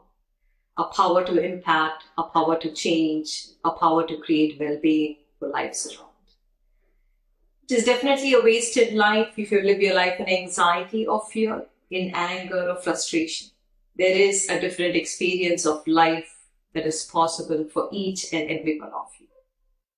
So the truth is to see the state of one's being, and I dare you to seed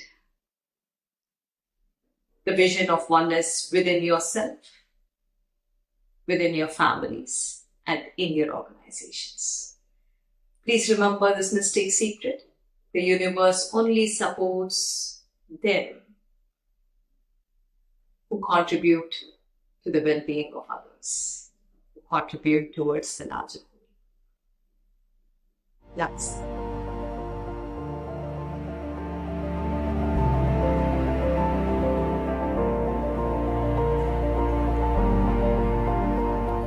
Well, thank you to Sri Prataji for joining us from the Ekam World Center for Enlightenment.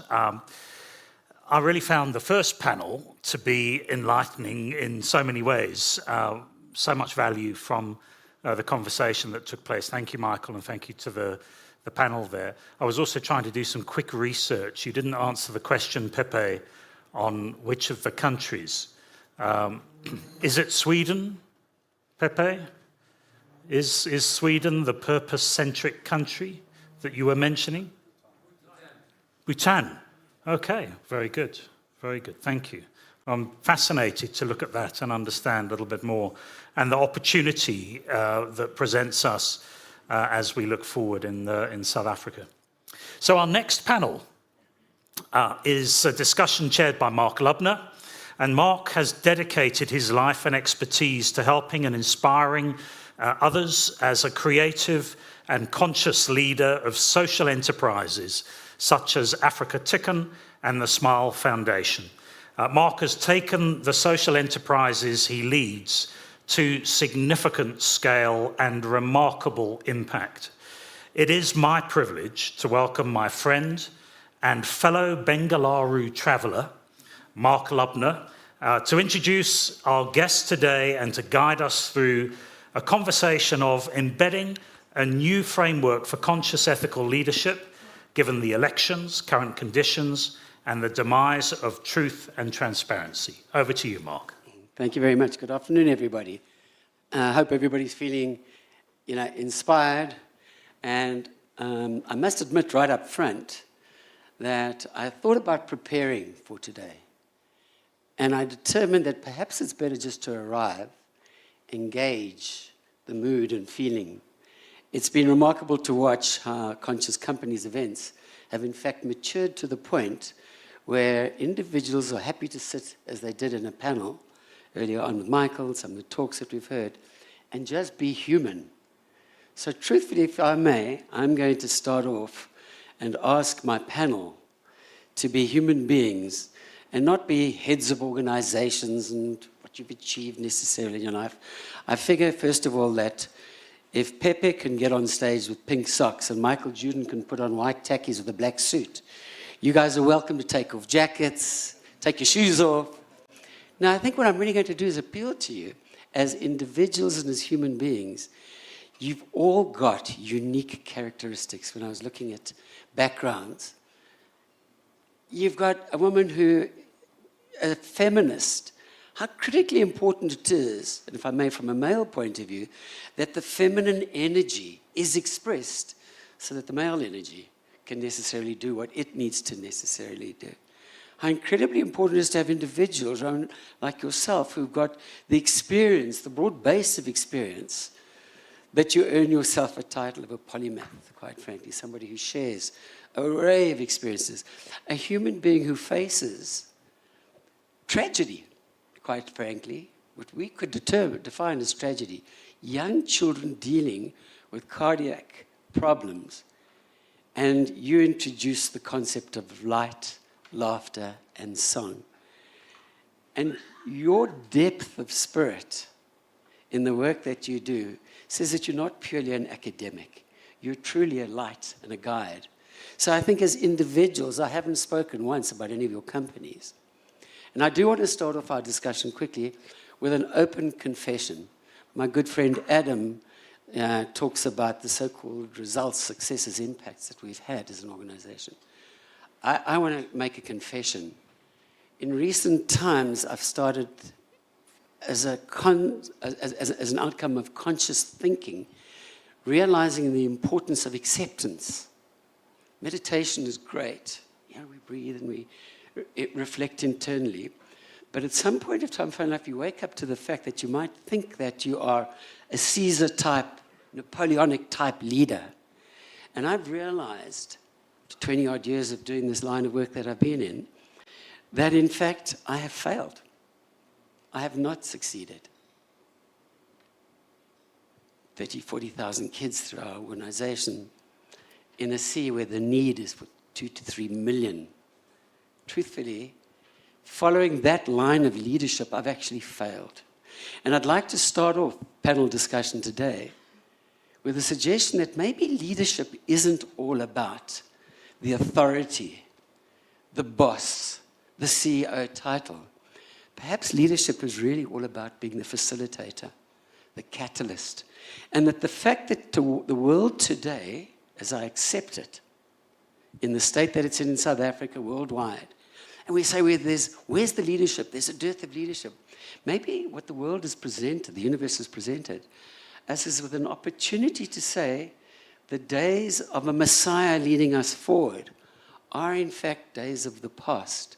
And as we as a species are maturing, maybe it's about leadership that we don't often see, but behind the scenes is facilitating the kind of change that we necessarily need to see. So leadership in itself, in terms of the philosophy of embedding a new framework, might need to, in a conscious manner, might need to be rethought. With that as the sort of background, I'm going to ask, if I may, and in no specific order other than just possibly following a logic, to start with you and give us a sense of you and what you feel about in terms of what do we need to do to change the leadership paradigm. Sorry for the long speech. Thank you. Thank you. The way you have mentioned, I think leadership is not a science, it's an art. And I compare leadership as a parenting, Why I'm saying parenting? Because you have all the choices to become a parent. You can become a parent, but all you need to decide is, do you want to be a parent, or are you willing to be a parent? So leadership is like that for me. It's like, I have a choice to be a leader. And if I choose to be a leader, I should be a parent to my colleagues, to my students, to my peers, and to everyone. It's not about authority, it's not about position, it's not about title. It's about being a good human being and then carry your organization, put a values into the system, and take that organization along with you. So for me, leadership is more about perspective and empathy. When you combine these two, you become a good parent, you become a good leader, and then you take your organization ahead into the competitive world. That's for me is leadership. Risha, and I propose that to be a parent, you have to take on a sense of responsibility. Absolutely. And that responsibility as a parent actually never really ends. Would you agree? So, when you are leading your organization as a parent, you are very much accountable for not only the decision making, but also what your colleagues and the peers and the subordinates are doing. For me, it's like you cannot say, suppose it's a review process and you say, okay, you could not able to meet the numbers, just see this month, and if you're not able to do it, I don't know what's your gonna be future. If I'm this kind of a leader, I don't think so anybody feel safe with me.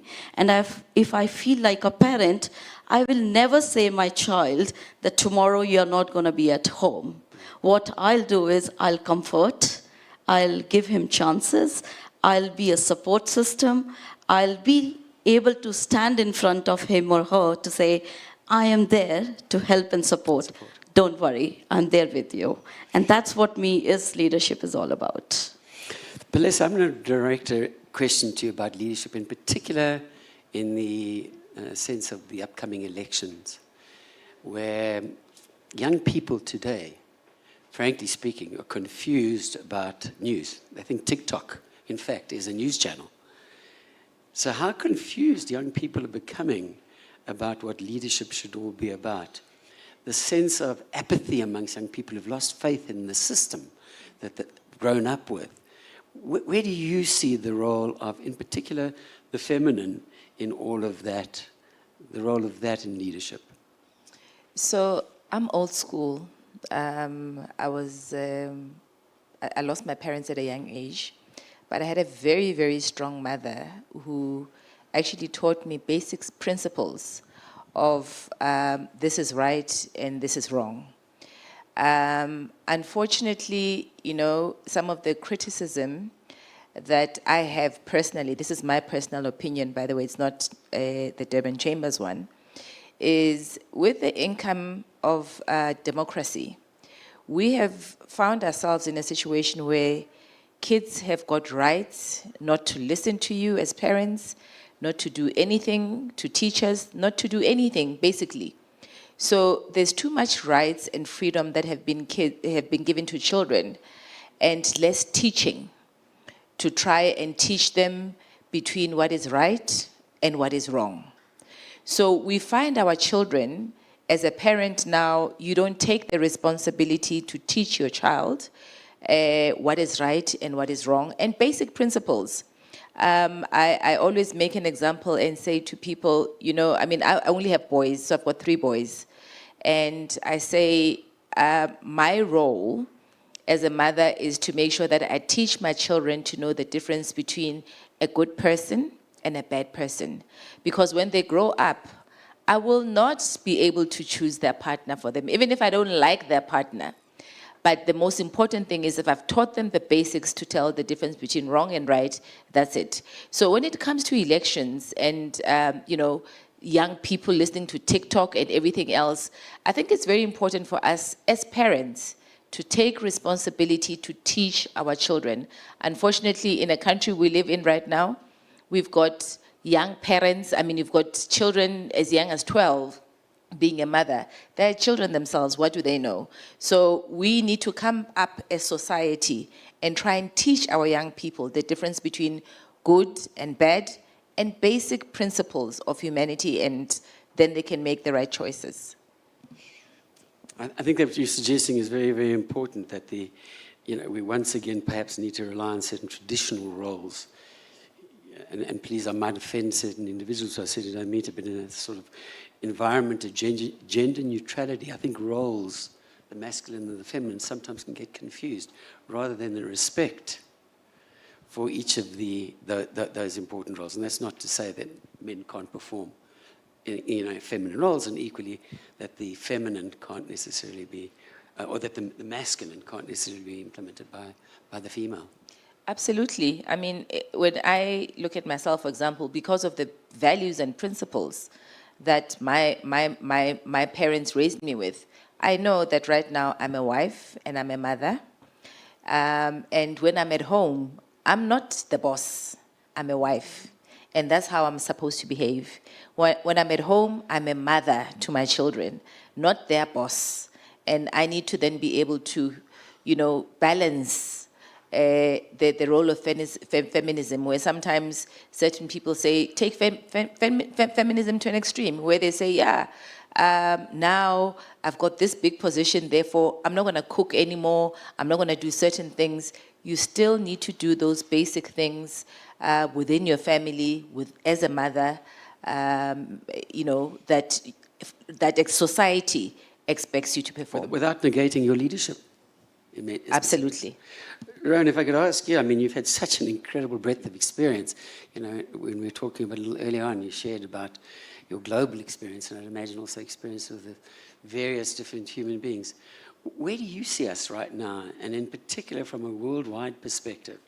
There seems to be issues pertaining to truth, transparency, popularism, as opposed to necessarily integrity. Where do you see us going as a global society, and what do you recommend are some of the leadership competencies that need to be implemented, so that we get effectively to the point where we really do stop the Earth's warming and the warfare that's going on, the hatred and separation that seems to be taking place worldwide? Sure, thank you. Firstly, for eliciting in yourself such a beautiful, complex question, and doubtlessly one that I won't do full justice to. I love you starting from the perspective of the global again. I think this is effectively at the moment a species issue that is symptomatically represented and manifested in different countries, in different sectors, at home, at business, geopolitics. We're facing an issue, you alluded to it, of the immaturity of our species, which, if you look at it through different lenses, whether it's existential risk, psychology, neuroscience, etc., we can paint a picture of ourselves, and it's just a playful narrative. The kind of recognition that we may be giving effect more to the homo delinquens than to the homo sapiens. That our being in this homo habilis mode of survival, even when we have lots of financial wealth, we're still in survival mode. We're still in the stress mode that Jan was referring to earlier, rather than the well-being mode. And our relationship with each other, internally, different parts of our anatomy, right? The relationship with our heart and how it beats irregularly, our breath and how it's shallow, and how that gives direct rise to the killing of ourselves through strokes and heart attacks, the killing of ourselves through suicide, which is, arguably the largest death, including our food, by the way, is another major factor for our killing ourselves. These are the signs of a species that, at best, is a rogue teenager. And so the question for us as that rogue teenager is, how do we elicit the consciousness that we all hold dear here from our internality, both individual and collective. But then I think there's the larger and the beauty of this panel. It requires a framework in which it's to be held. And whilst we have some wonderful people eliciting, at least sporadically and more consistently, the beauty of well-being for ourselves and others, this structure, this dirty pond in which we are goldfish that are sometimes extracted to be cleaned through our consciousness, we still need to go back in that dirty pond, that small, lonely, dirty pond of the fabric of the world, the framework of the world. And so I want to really pick up on that. The key of the framework. I want to step into my lawyer, multinational lawyer, banker personality. I want us to go hard on our radical sense of systemic ambition. Nicholas and I were talking a little bit earlier. Einsteinian insanity is rife. We do the same things over and over again at pivotal moments, expecting things to change. This is a form of immaturity. We are acquiring new radical structures for fulfillment. We need radical ambition. That's the gap there. That's that space between that triangle I mentioned of huge, vast awareness and very specific attention. In that triangle is our ambition, our potential for ambition. If our awareness is vast, then that triangle is vast. If our awareness is fractional, the triangle is tiny. And so how do we create those new structures? And where I would go, where the rubber hits the road, for me is we're dealing with a kind of socio-economic technology, I'm going to call it. And we're blessed in this room.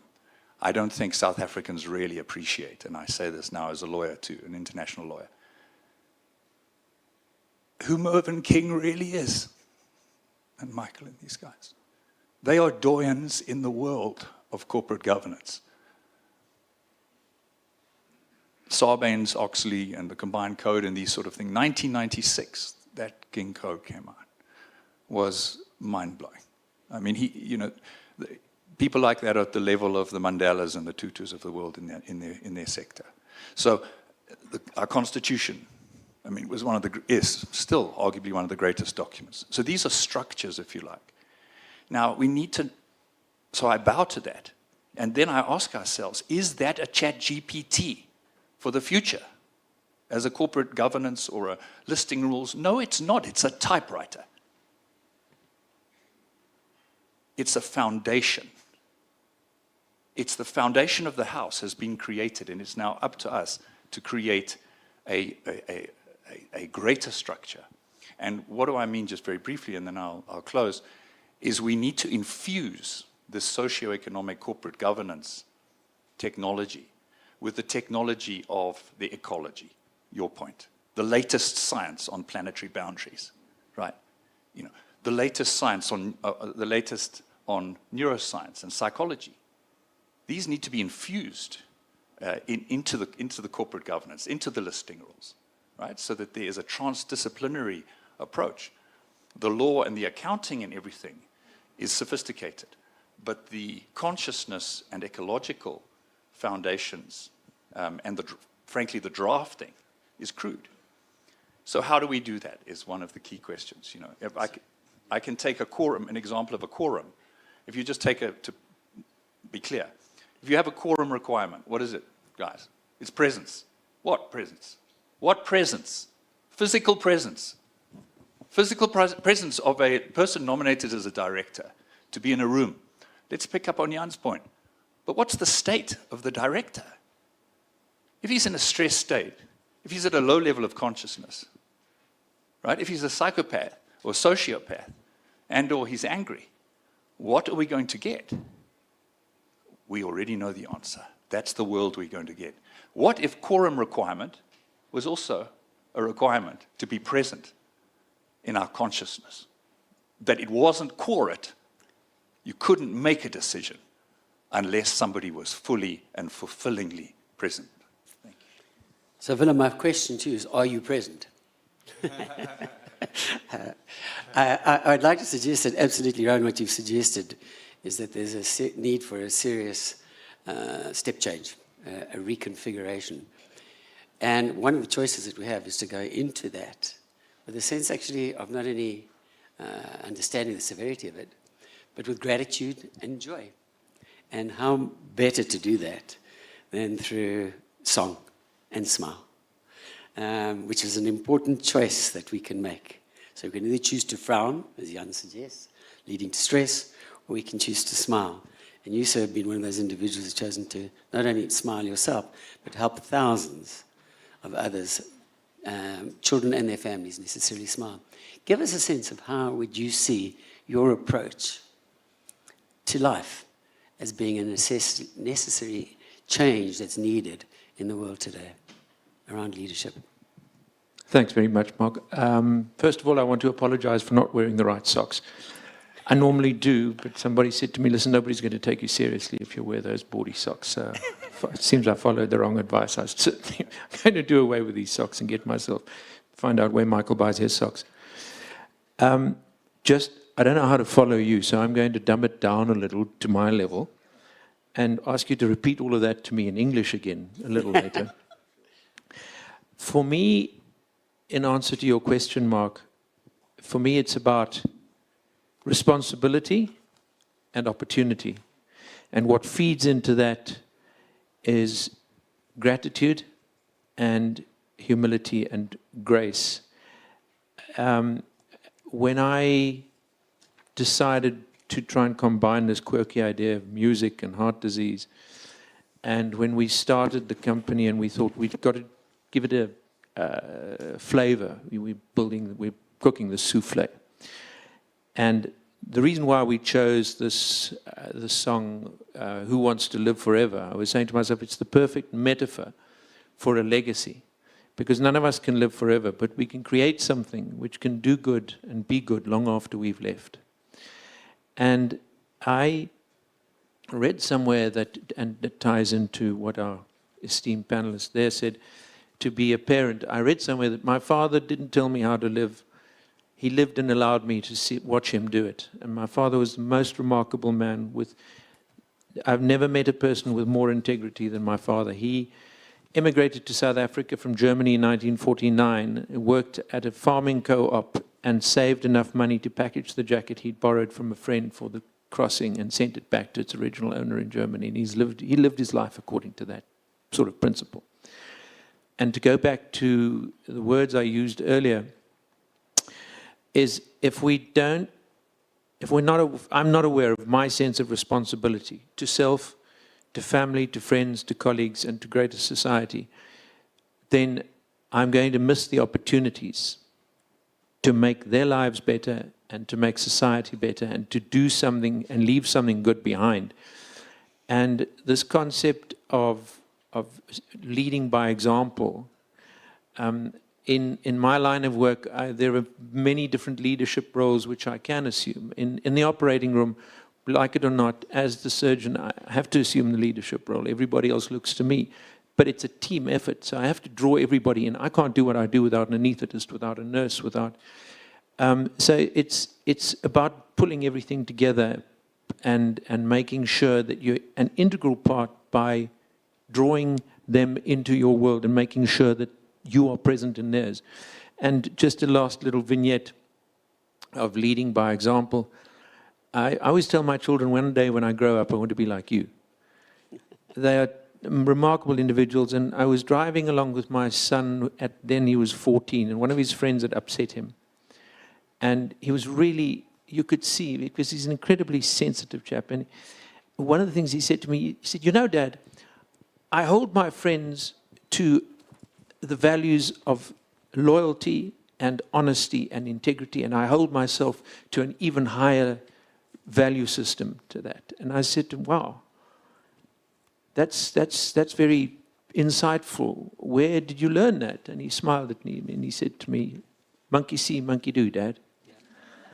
And that just embodies everything for me. And I hope I've answered your question without boring the delegates to tears. No, yeah, very clearly that what you've suggested is that integrity, which is not earned by what we say, but in fact by what we do, is a key critical principle in leadership.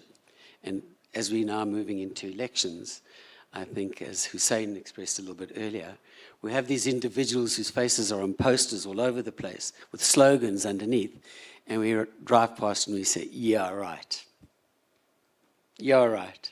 Have you actively lived by the slogan so that we can, in fact, believe in you? If I think quickly, if I might, I have 5 minutes in terms of wrapping up. Literally, if I might, a minute for each. Give me what you would like to see, if I may. One key principle that you would like to see, and perhaps this is a little bit unfair to ask in the context of South Africa, perhaps maybe make it then a global. One attribute that you would like to see in all these individuals who are standing for elections around the world. We're going into a very busy electioneering period. What would be meaningful to you that would stand out to you if you were to vote for a leader, be it on a world stage or in the South African context? So I'll talk globally because India is also under the election time now. Great. So 60% of the population, whole of the world is under election. So if I need to vote, I'll see the humanitarian approach of the leader. If he has that and if he stands by his people, I think that's the guy for me. So I'll look for the humanitarian approach. Humanitarian. Yeah. Thank Alyssa. you very much. I really look for the integrity and commitment of that particular leader. You can't say one thing and then walk another. So that's what's very, very important for me. And somebody who seems determined. We're in a crossroads right now as a country. And it is very important that when we go out and elect right now, we elect capable leaders that will make sure that our country comes first and not parties. Thank you. And I heard you say earlier, Palesa, which really stuck with me, that it starts with people acknowledging that they have failed, that there is a problem, they've been part of the problem, but I'd like to suggest to you, human beings create problems, therefore who better to find solutions? Let's find them together. Amen. Amen. Ron. I think it dovetails very much with what's been said already. I think the word I would use is alignment. So sort of systemic alignment, or holistic alignment. So in other words, what if the censoring of an individual matched in with the emotioning of an individual, with the cognition of an individual, with the speech or silence of an individual, with the walk or the hesitation, the omission or the action of an individual, and then the relation of that individual, with not just self, but other, and particularly other creatures, other than just the human species. I think it would be a pretty cool game. Yeah. No, I like that concept very much, alignment, because to be aligned, you necessarily have to be cognizant. And if you're going to be aligned to others, you've actually got to have stopped to listen. Willem, what would you suggest? The word that comes up for me is value. Basically, I would like to ask one of our political leaders, or if someone would ask me that question, can I add value to your existence and the existences of those around you? And if I can't add value, at least not subtract the value which you bring. Because it's all about creating a valued harmony. And so if you can't add value, at least don't subtract from the value which already exists. Just be good and do good. Thank you very much. I think that's given us an enormous amount of guidance.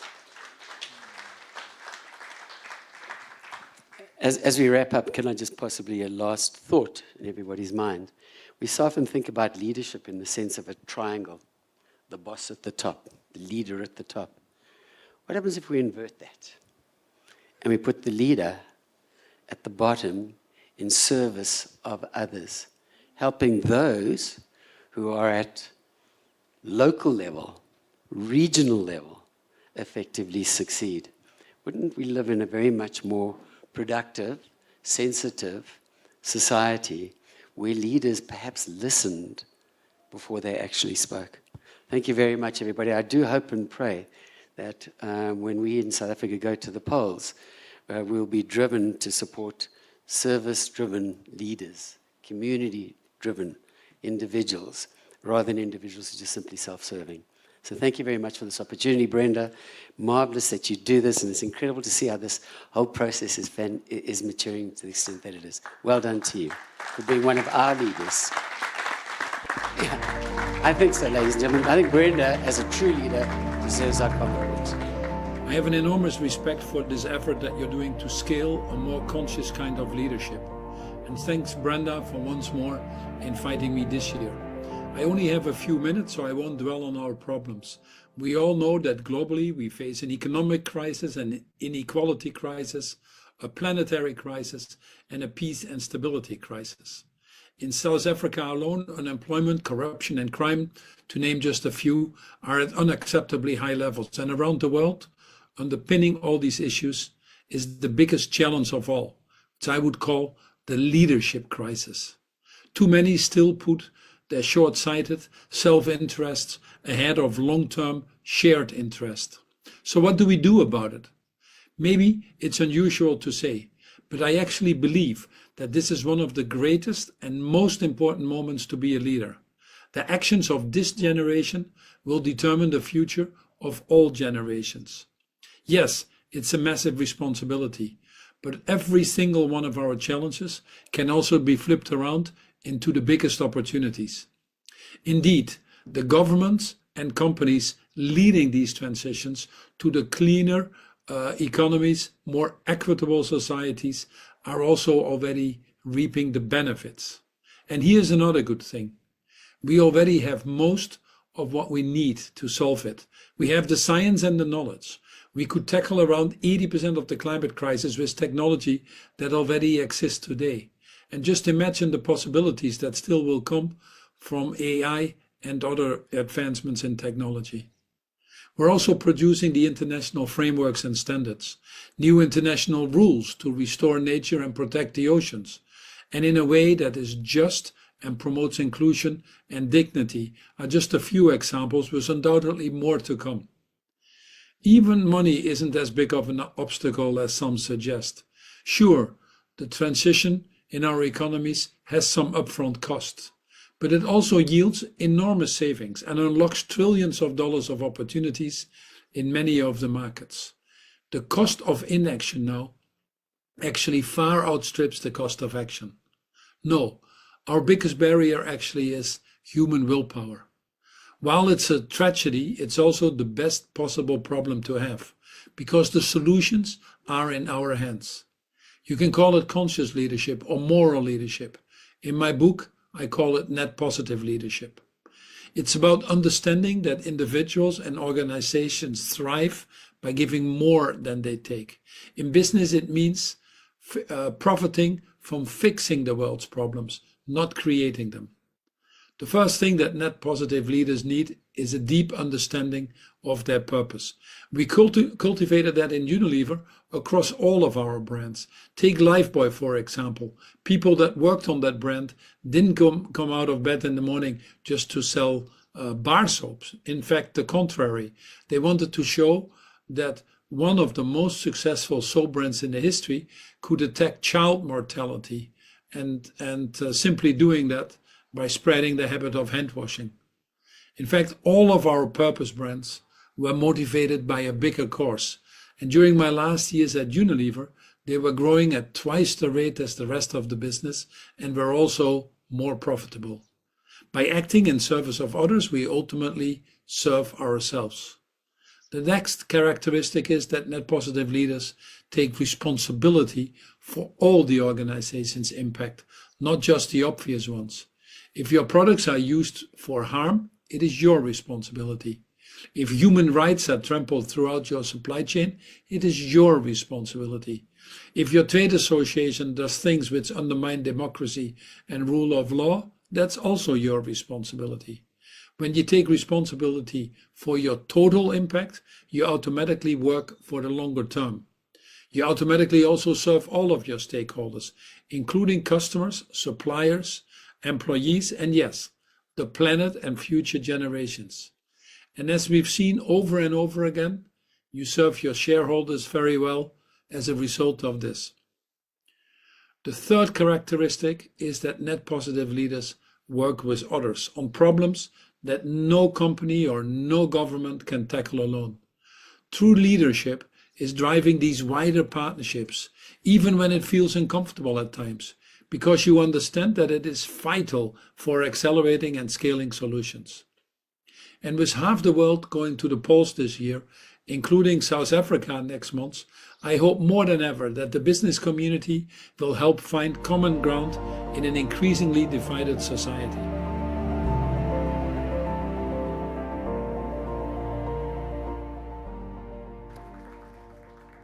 Paul Pullman, ladies and gentlemen, the global thought leader, campaigner, and past CEO of Unilever Group. Really inspirational, I think, in terms of both the thoughts and ideas shared by Paul and also by our second panel. Thank you once again to Mark and to our panelists. Let's give them a big round of applause. Please remember at this stage, once again, to complete your delegate submission form, which is inside your program, to share your thoughts on how to embed conscious and ethical leadership in your company or in our country. It really is a great opportunity to capture the thoughts that really have been shared with us during the day today. Before we sign off, I'd like, if I may, to welcome back on stage for closing remarks, partner at Juden Combrink Incorporated and chairman of the Conscious Leadership Academy, Michael Juden.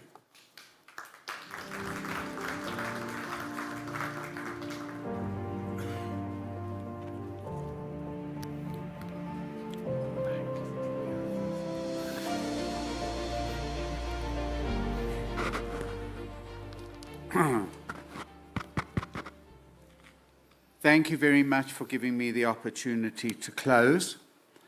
I wasn't aware that I was going to be asked to talk again. Coming in, somebody did ask me, are you speaking again? Why do you keep speaking? And so I want to share something with you.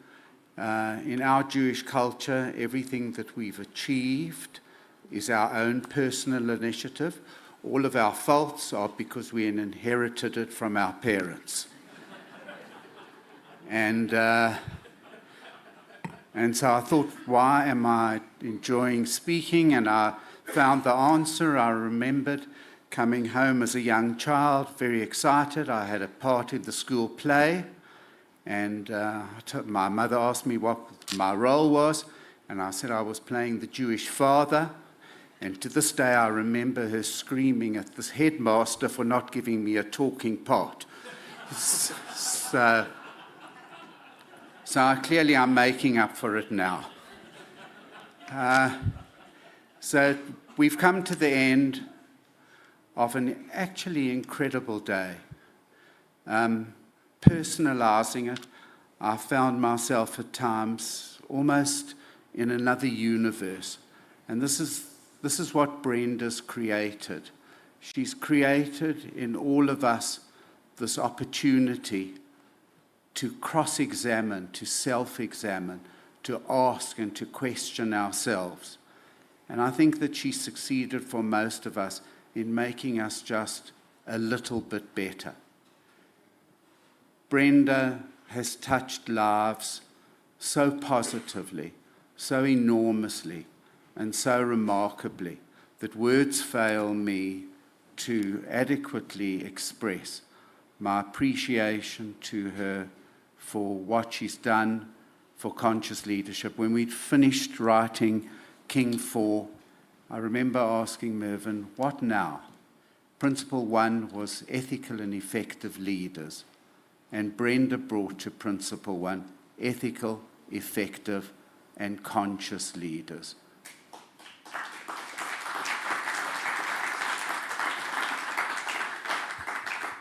Thank you for spending the morning with us. It would be remiss of me if there aren't two people that I particularly single out. Firstly, I think as a convener, a master of ceremonies, running an organization, Adam Craker is the best.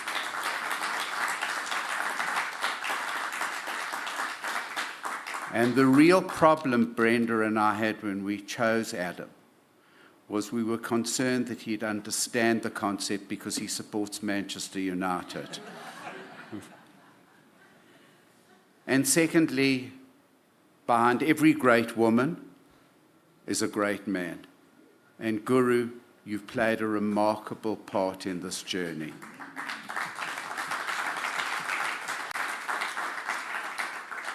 So to all of you, travel safely, vote wisely. I'm a little concerned after hearing about the qualities that leaders have who I'm going to vote for. So maybe Pepe, you want to stand? We can get your name on the ballot. But in all sincerity, vote wisely. Please encourage people to vote. We're at a cliff edge. We need to get this beautiful country right. So I'm going to end by saying thank you so much for coming. I hope that you enjoyed the morning as much as we did. Thank you to Brenda for all you did. You've been planning this for a year and it went absolutely seamlessly. So congratulations to all that were involved, and take care, and God willing, we'll all be together again the same time next year. But man proposes and God disposes, and we can only hope that that will happen. Thank you so much.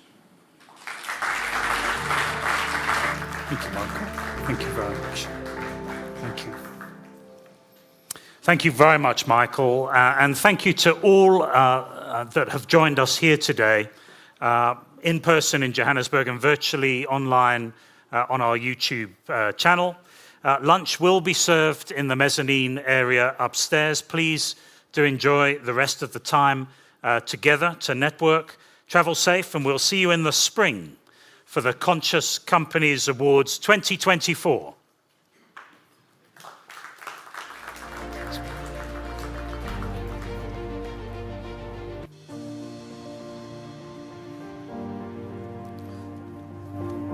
Here we go.